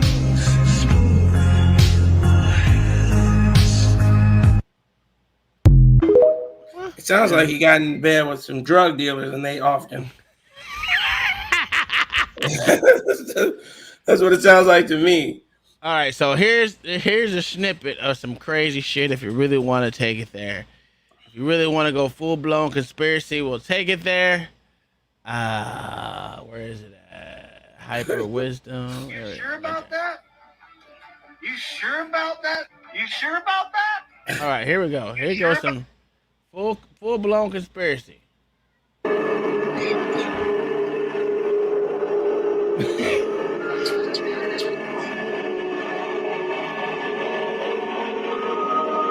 If you really want to go full blown conspiracy, you can't. That doesn't look anything like him. Who says he didn't have work done? That's a different nose. You say you can't have a nose job? Hey, all the nose jobs I've ever seen in real life and on television look like shit. So listen, that's all I said. If you want to go full blown conspiracy, you can't. Hold on, there's even more. Hold on. I mean, two things can be true at the same time. Look at that chin. Oh, ear again. The ears again. Two different sides of ears. Look at all that. That matches up perfectly. Yeah. Full-blown conspiracy, sir. Who's the guy? Who's the identity on the right? Who's the politician-looking guy? I don't know. They actually have another picture of him. If you look it up if you Google it, saying Timothy McVeigh still alive, it'll bring up that other guy. So, Conshawner, I've gone too far. I didn't go too far. I didn't even do anything. But that was bullshit. But I did say that. But what is this? We already watched that one. We watched that one. So, let me go over here. I got a couple more. Then we're going to wrap this up with a fucking bow. I got to figure out which one it is. Nope. I got that one already. Let's see this one. Nope. Did that one already. What is this one? Oh, damn. While you're loading it up. Go ahead. So I just want to ask the panel. 9/11 brought about something. It had a result. We got something came about from 9/11. So there was sort of like there was a reason for doing it. Mm-hmm. I look at Waco, and then the next thing it's take everyone's guns, or let's limit who has guns. You look at every other shooting and it's let's take everyone's guns. You look at something like Oklahoma City and it's like, oh shit, we need more departments. You need us to protect the people. Rah. Let's more government, more funding, more power. Let's remove more rights. So was there anything about Oklahoma specifically that was like 9/11? I mean, people look at 9/11 and they think it was grounds to go to war. They like to say that, a dozen goat farming, towelhead, cave-dwelling Middle Eastern people outsmarted the entire American Defense Force. But if you look at the end result, who actually got something good for themselves out of 9/11, and it's the Patriot Act. 9/11 brought about the Patriot Act, and that's about the only thing that came about from 9/11. Saddam Hussein, Osama bin Laden had nothing to do with 9/11. Going to war in Iraq had nothing to do with 9/11, and yet that's what everyone is focusing on, and nobody looks at the Patriot Act. So was there anything that started with Oklahoma that was like what was brought about after 9/11? Was there a whole bunch of rights removed, or because that's the way I look at it. When they do things like this, blame it on domestic terrorism, and it's just to trump in more government control. You need more government, more departments, more funding, and remove more rights to protect us. It's all just another. So I don't think there was nothing that we got from that. Oh, did you get the anthrax attack? 1,002. I don't think so. I don't think so, Samuel, with that one, because he didn't do anything with anthrax. That was a little later, though. I agree with you on that part, but I don't think they actually got anything from that. Because I remember growing up, to me, nothing really changed. I mean, of course, I was only 8, but... Yeah, I was too young at the time, so I didn't... I wasn't 8. What was that, 95? Yeah. Damn, I was younger than I thought I was. No, I was 95. I was fucking 13, 14. Because 9/11 happened, and I just watched everything change. You saw all that rights get. I don't think nothing changed from now, brother. I don't know, Mayo. Did you find anything that changed? Because you were actually a full blown adult. Did we get something different out of the Oklahoma City bombing besides Clinton not being indicted? Extremists in the military. Well, that's we always have extremists in the military. Well, we definitely got the outrage, right? So did the government then sweep in with some big reform, or? No. There was nothing to gain from Oklahoma City bombing. Because that's what would stick out to me. They didn't even cut off the ability to buy high explosives on a driver's license. They sure didn't. Didn't. Because see, that would say to me that it's an inside job. If you could link it to a big power grab afterwards. That would sort of tell you it's an inside job. It's the biggest clue. Damn. That's crazy. So I didn't even think about it. Matter of fact, I was 15. The Anti-Terrorism and Death Penalty Act was enacted right after that. Oh, there you go. And didn't you say he was the first federal person to be killed as well? What'd you say it was called again? It's the Anti-Terrorism and Effective Death Penalty Act. Oh, okay. Was passed. So, in other words, you can apply the death penalty in federal terrorism cases. Okay. Yeah, it's the AEDPA was enacted in 1996. It's a federal law. I was 15, so. It enhances the penalties for terror-related acts. Okay. Well, hey. Not a big power move. Not really. That's just paper. No. Not a big one, but they do label a lot of things as terrorism now. You know what I mean? All they have to do now they've got those laws. Now all they have to do is paint it as terrorism instead of just some psycho. You know what I mean? And then they can pull those. No, this was known to be political. Yeah, that's what they say. It was literally because that had every branch of government he really did not like. So, and that's what he was aiming for. He wasn't aiming for the children. That wasn't his goal. He said they really didn't even scope it out. They didn't even know that there was a daycare inside of it. That's what he says. If you read the book, he said it in there that he didn't know it was in there. But whether he did or whether he didn't, that's neither here. There was 168 people that lost their lives, another 600 people that were injured or something like that. 300 to 600 people that was injured after that. I mean, I'm not saying he was a good guy. I don't know if he did it. The only person who knows if he did it or not is God. And well, he said he did it. Well, of course he claimed. Yeah, that's why I said he did away with all his appeals, and he said he admitted to doing it. Whether that was whether he had to come into Jesus meeting saying, "Fuck it, I'm tired of sitting in this goddamn cage." Is it so? That goes to the same thing where I say slavery was a choice. It goes to that type of thing. If I'm going to sit in a box, or if I'm going to be forced to do something that I don't want to do no more, there's always a choice of death, and his choice that he took was death. He didn't want to fight no more. He didn't want to do anything. So yes, I think it was a way to get out of fucking sitting in a goddamn cage for another 20 fucking years. That's my point. That's how I look at it. Because it is a choice. You can just decide to let the motherfuckers execute you and call it a day, where you ain't got to worry about sitting in a fucking box, versus, hey, sitting here doing what the fuck they tell you for the next 20 years. Come on, man. He's chilling on the island with Elvis and Tupac.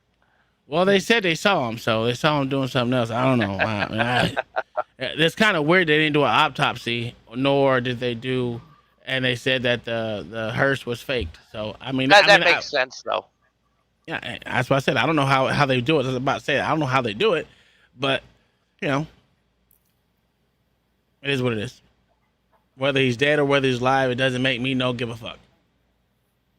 So, but I have something for Blacks Who Defy. You gotta keep your mind open. I know you the church people. Don't kill me, Blacks Who Defy. Now, this is a major controversy. All right. Now, where's that? Yeah. Remember this? I got this on a TikTok. It knows all about conspiracies to believe shit. So, listen to what these crazy people say. I don't believe it myself, but I would say they are absolutely 100% crazy. Ready? Blacks Who Identify. I am. All right, cool. What's a conspiracy theory that you 1,000% believe in? That the Christian God, who's a tyrant, narcissist, jealous, hateful, angry, sexist, homophobic, baby killer, child killer, killed 2.8 million innocent people in the Bible, flooded the entire planet, literally burns and kills all non-believers in an eternal torture chamber, and enslaves all of his followers, is actually the devil. Wait a minute. What do you think? We're going to stop you right there. What? I knew you was going to have that day. I was like, uh-oh. That's what he said. Yeah, I'll let him deal with that. I was like, wow, I've never heard someone put that shit that crazy. That's absolutely crazy. Huh? But didn't God give Lucifer dominion over the earth? That's what it says. But not dominion over his followers, and not dominion over those who believe in him, and not dominion over those who are followers of Christ. If you truly given yourself to God and truly given yourself to the principle of believing Jesus Christ as your Lord and Savior, the devil or Lucifer or whatever, the beast has no control over you. He has no power over you. Hence, Job, the story of Job was only tortured and tormented to the level that God was willing to allow him, because he told him, you won't touch a hair on his body. Told him not to touch a hair on Job's body until he said, hey, look, I've done all these things around him, but if you allow me to touch him, then I guarantee you he'll curse your name. So again, God doesn't allow you to be touched by this beast. And so while he has dominion over the earth, and he's the prince of the air, he has no dominion over you if you're a believer in Christ. So all right. This guy here, man, he's just hold on. He's just a sower of dissent. Okay. I got. Hold on. He's certainly a bit off with his with the rhetoric there. Yeah. he did go there with the rhetoric. Now you heard it from the aggressive white man, right? Now we need it from the nerdy looking white chick. You gotta hear her out. You gotta hear it out. Now, don't make no rash decisions. You mean I'm rash? Rasta what are her pronouns, sir? What are her pronouns? I don't know what her pronouns is. I'm just saying we just gotta hear It's them. them, and they. Okay, you gotta hear the white look. She looks like she's a nerd, right? And she's never done any evil in her life. She doesn't look like a nerd. She looks like I see the red tips of her hair. I didn't even notice that. And I see that she is an. Oh, she does have on a red right, not red right, the LGBT 7, 8, 9, 10, 11 colors. This. All right, but just chill. All right, we got another minute and 20 seconds. She's obviously a liberal loon. Wait a minute. Listen. This is an upscale white just play woman. the video, damn it. Play the video. That makes more sense. Because think about it. You've got one guy who shit talks the other guy. Okay. And is constantly saying, "Come follow me. I will give you eternal happiness forever. Okay. It will be a beautiful land of white clouds and sunshine and anything you could ever want for the rest of eternity." That guy's evil. He's got horns and he's going to torture you for all of eternity. So follow me. Follow me. That's actually not what it says at all. He's not. Listen, you gonna tell me to play the video? You guys sit there and listen. Hold your thoughts to the end. I'm busted. Hurry up. Play it faster. Put it on 1.5. He's like, I know that's bullshit, so I'm just going to keep my mouth shut. And then when these Christians arrive at heaven, expecting eternal happiness with their God, they're going to get there like, "Hi God, I'm here for eternal happiness." And the evil dictator is like, "Got you now." I mean, just compare the tenets of Christianity versus Satanism. Christianity is all about, you must not do this. Okay. You cannot do this. All right. Or you will burn in hell all of eternity. Whereas Satanism is more just like, hey, as long as you're not a dick, you're good. I mean, come on. Who would you rather have dinner with, God or the devil? Uh-oh. Wait a minute. I'm fucking choosing. So that lets you know exactly what she is, okay? I can pick her out in the lineup in a second. Her glasses mean nothing. This is a problem with people who believe in the personification of God and the personification of Satan. That you realize there is no Satan in the Bible, and most Christians don't even bloody get this. It's crazy to me. There is no Satan in the Bible, and yet most Christians believe in Satan. It's bonkers, man. They don't want to read and actually see what it actually says, what it's actually talking about. Blacks, you were just talking about Job and Satan in Job. There's no Satan in Job. No, it's not Satan. No, I said whatever you want to call it. I didn't specifically say Satan. And I definitely didn't, Prince of the Air, you want to call him the Beast, etc. Those who, the ones who are trying to tempt Job into damning and cursing God for not doing what they want him to do. Yeah. But it wasn't specifically the devil or anything like that. But it's definitely not. Like if you read Job, and pretty much most Bibles, you can see this. But like you have the example, the most common thing people refer to when they're talking about Job is when Satan presents himself before God, and God tells him, they have that conversation about Job. And but if you actually read it, it says that the angels presented themselves before the Lord, and Satan went with them. But in most Bibles, if you have a look, there'll be a little asterisk or a little number 1 or 2 next to Satan. And if you look down at the bottom of the page, it actually says what Satan means in this narrative, and it means accuser. So what the narrative is actually saying is that angels presented themselves before the Lord, and accusation went with them. And God doesn't talk to the ears or the mouths of men. He talks to the hearts of men. So he's talking to the accusation that went with them, that was in their hearts against people. And he said to them, "Where have you come from?" They said, "Roaming back and forth in the earth, seeking whom he may devour." And God says, "Well, what about Job? Look at him. You'll never fault him." And off they go and do their thing. But even in that verse, if you go and have a look at what angels means and look down the bottom, the true original is the sons of God. So people, whoever they are, the sons of God, are the ones who are presenting themselves before the Lord with accusation in their hearts, trying to judge other people. And that's what the whole narrative is actually about. So, and you'll find this all throughout the Bible. Every time Satan's involved, it's usually talking about men and their self-preservation, the ego of men, and and things like accusation that's in their hearts and that sort of thing. It's crazy to me. Most Christians don't understand this. Nothing turns my stomach more than watching non-believers who have never been Christians and they've never read a Bible, but they'll sit back and talk about God and Satan as though they're actual beings. It's bloody crazy. No, but what kills me is how they'll considerably misconstrue a situation and say that the devil is the one who's going to torture you in the pit.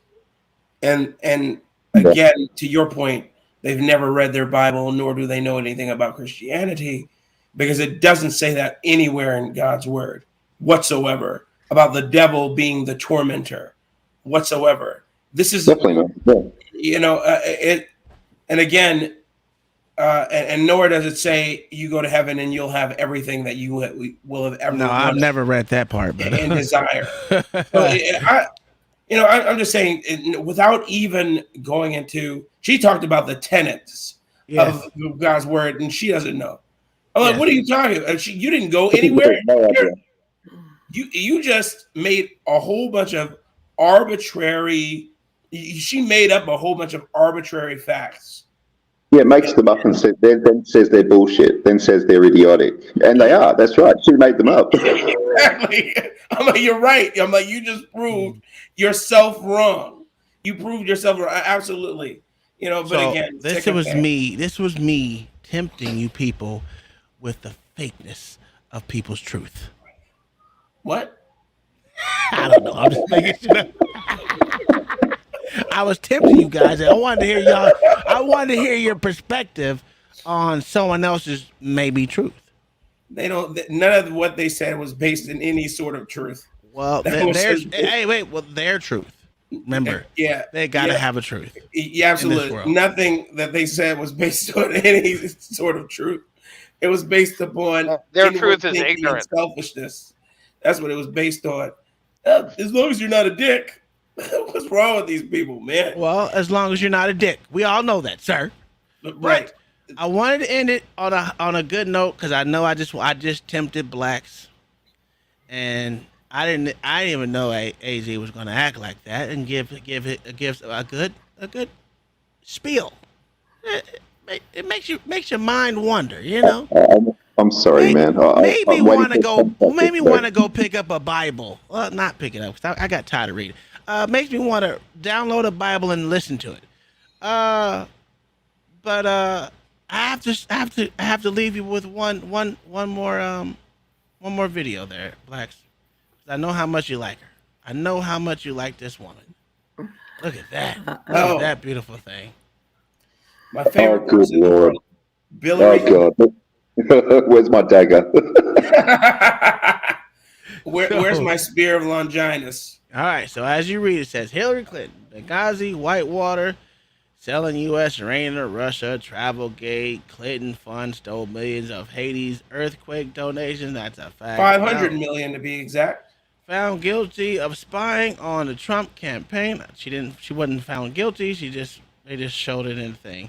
They just had overwhelming evidence, and that they never prosecuted. Found complicit. Yeah. Oval Office when she was president, deleted 33,000 classified emails. That's a fact. On her private servers, and this is a woman. This woman is vile and evil as they come. Who President Barack Obama protected, and subsequently President Trump protected as well. Exactly. Yeah, well, Obama's just an Arkansas mob shill anyway. Yeah. Yep. And she was never raided by the FBI. Figure that shit out. AZ, he was never officially questioned by the FBI. I know.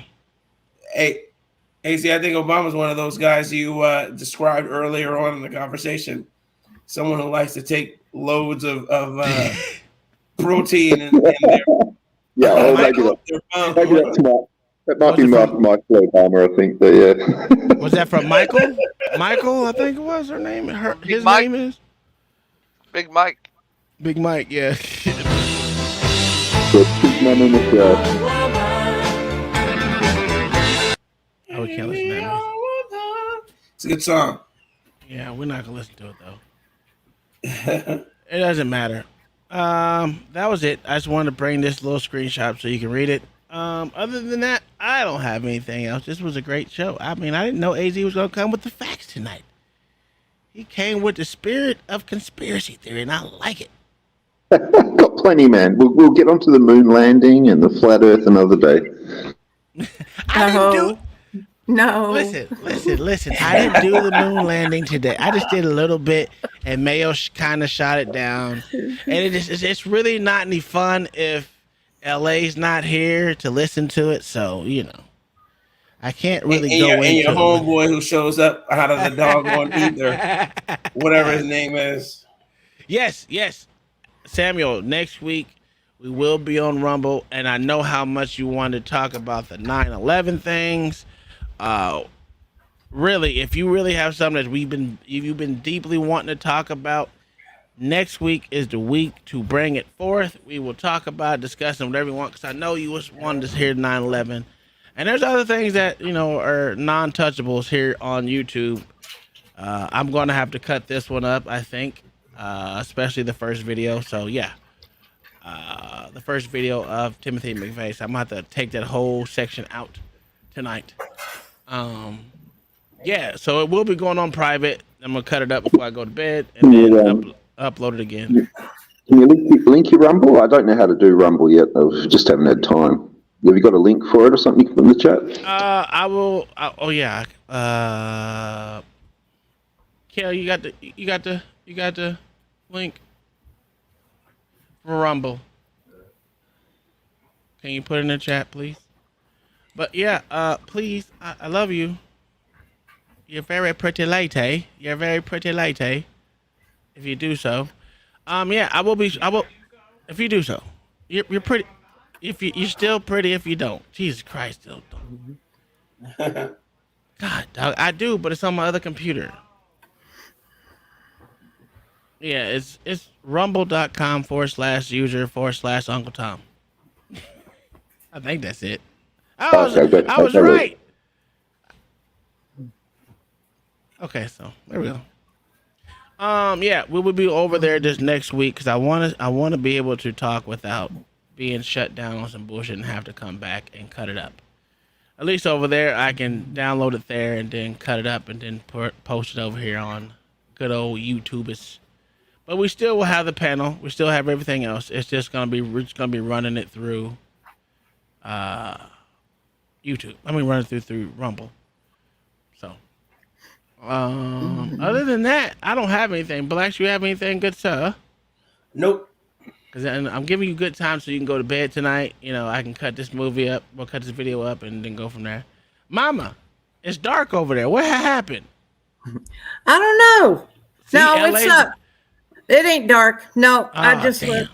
It's still light. Damn. Mayo, my good sir. I'm good. Yeah.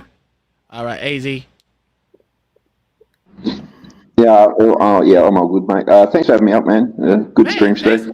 Hey, thanks for coming up, brother. I like when other people come up and give their thoughts and shit. It's awesome. Especially when I never heard your voice before, I don't think. Maybe I have. I don't know. You'd only know me from Chaotix if you've seen me over there, I think. Are you from New Zealand? No, Australia. Australia. Okay, well, I think I have. I think I've seen you before. I can't remember, man. That's all right. It's okay. No one's special. No, I've seen you. What I mean is I've seen you in a chat, but I don't remember what your face looked like. That's what I'm saying. I don't remember the face. Oh, yeah, I don't come up. Yeah, I don't come up, man. Yeah, see? I know I wasn't crazy, but all right. Thank you all for coming out here. We're going to end this show today. Oh, Lord have mercy. Matter of fact, go ahead. I was just going to say, make sure you go to, I just threw up a bunch of new shorts. Make sure you go to my page, subscribe if you're not, hit the likes and an emoji, a comment, whatever on the videos and shorts. They're quick, easy.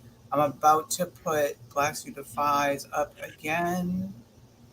It is right here.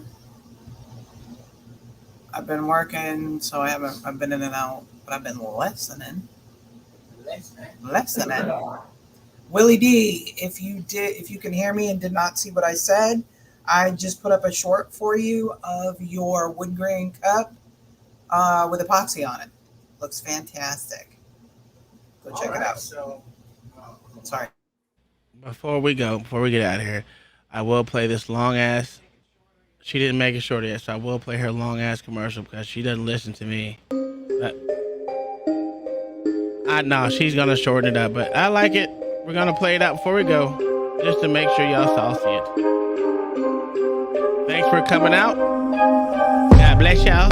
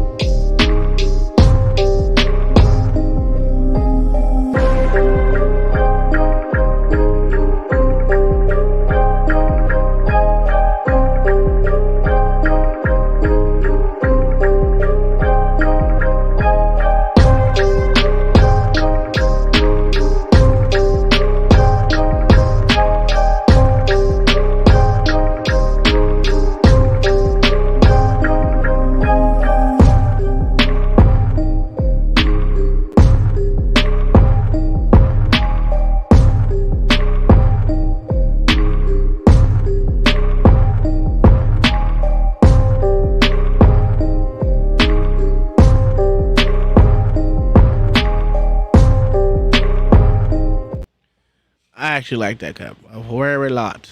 Thank you guys for coming out here. We are going to get out of here so I can cut this up before it hits 12 o'clock and I can go to bed. Thank again for whoever it is you believe in.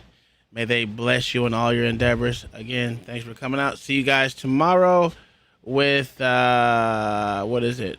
On the Porch with the Blacks. Is tomorrow Thursday? Yeah, On the Porch with the Blacks. Hopefully they all show up. If not, we're still going to have fun.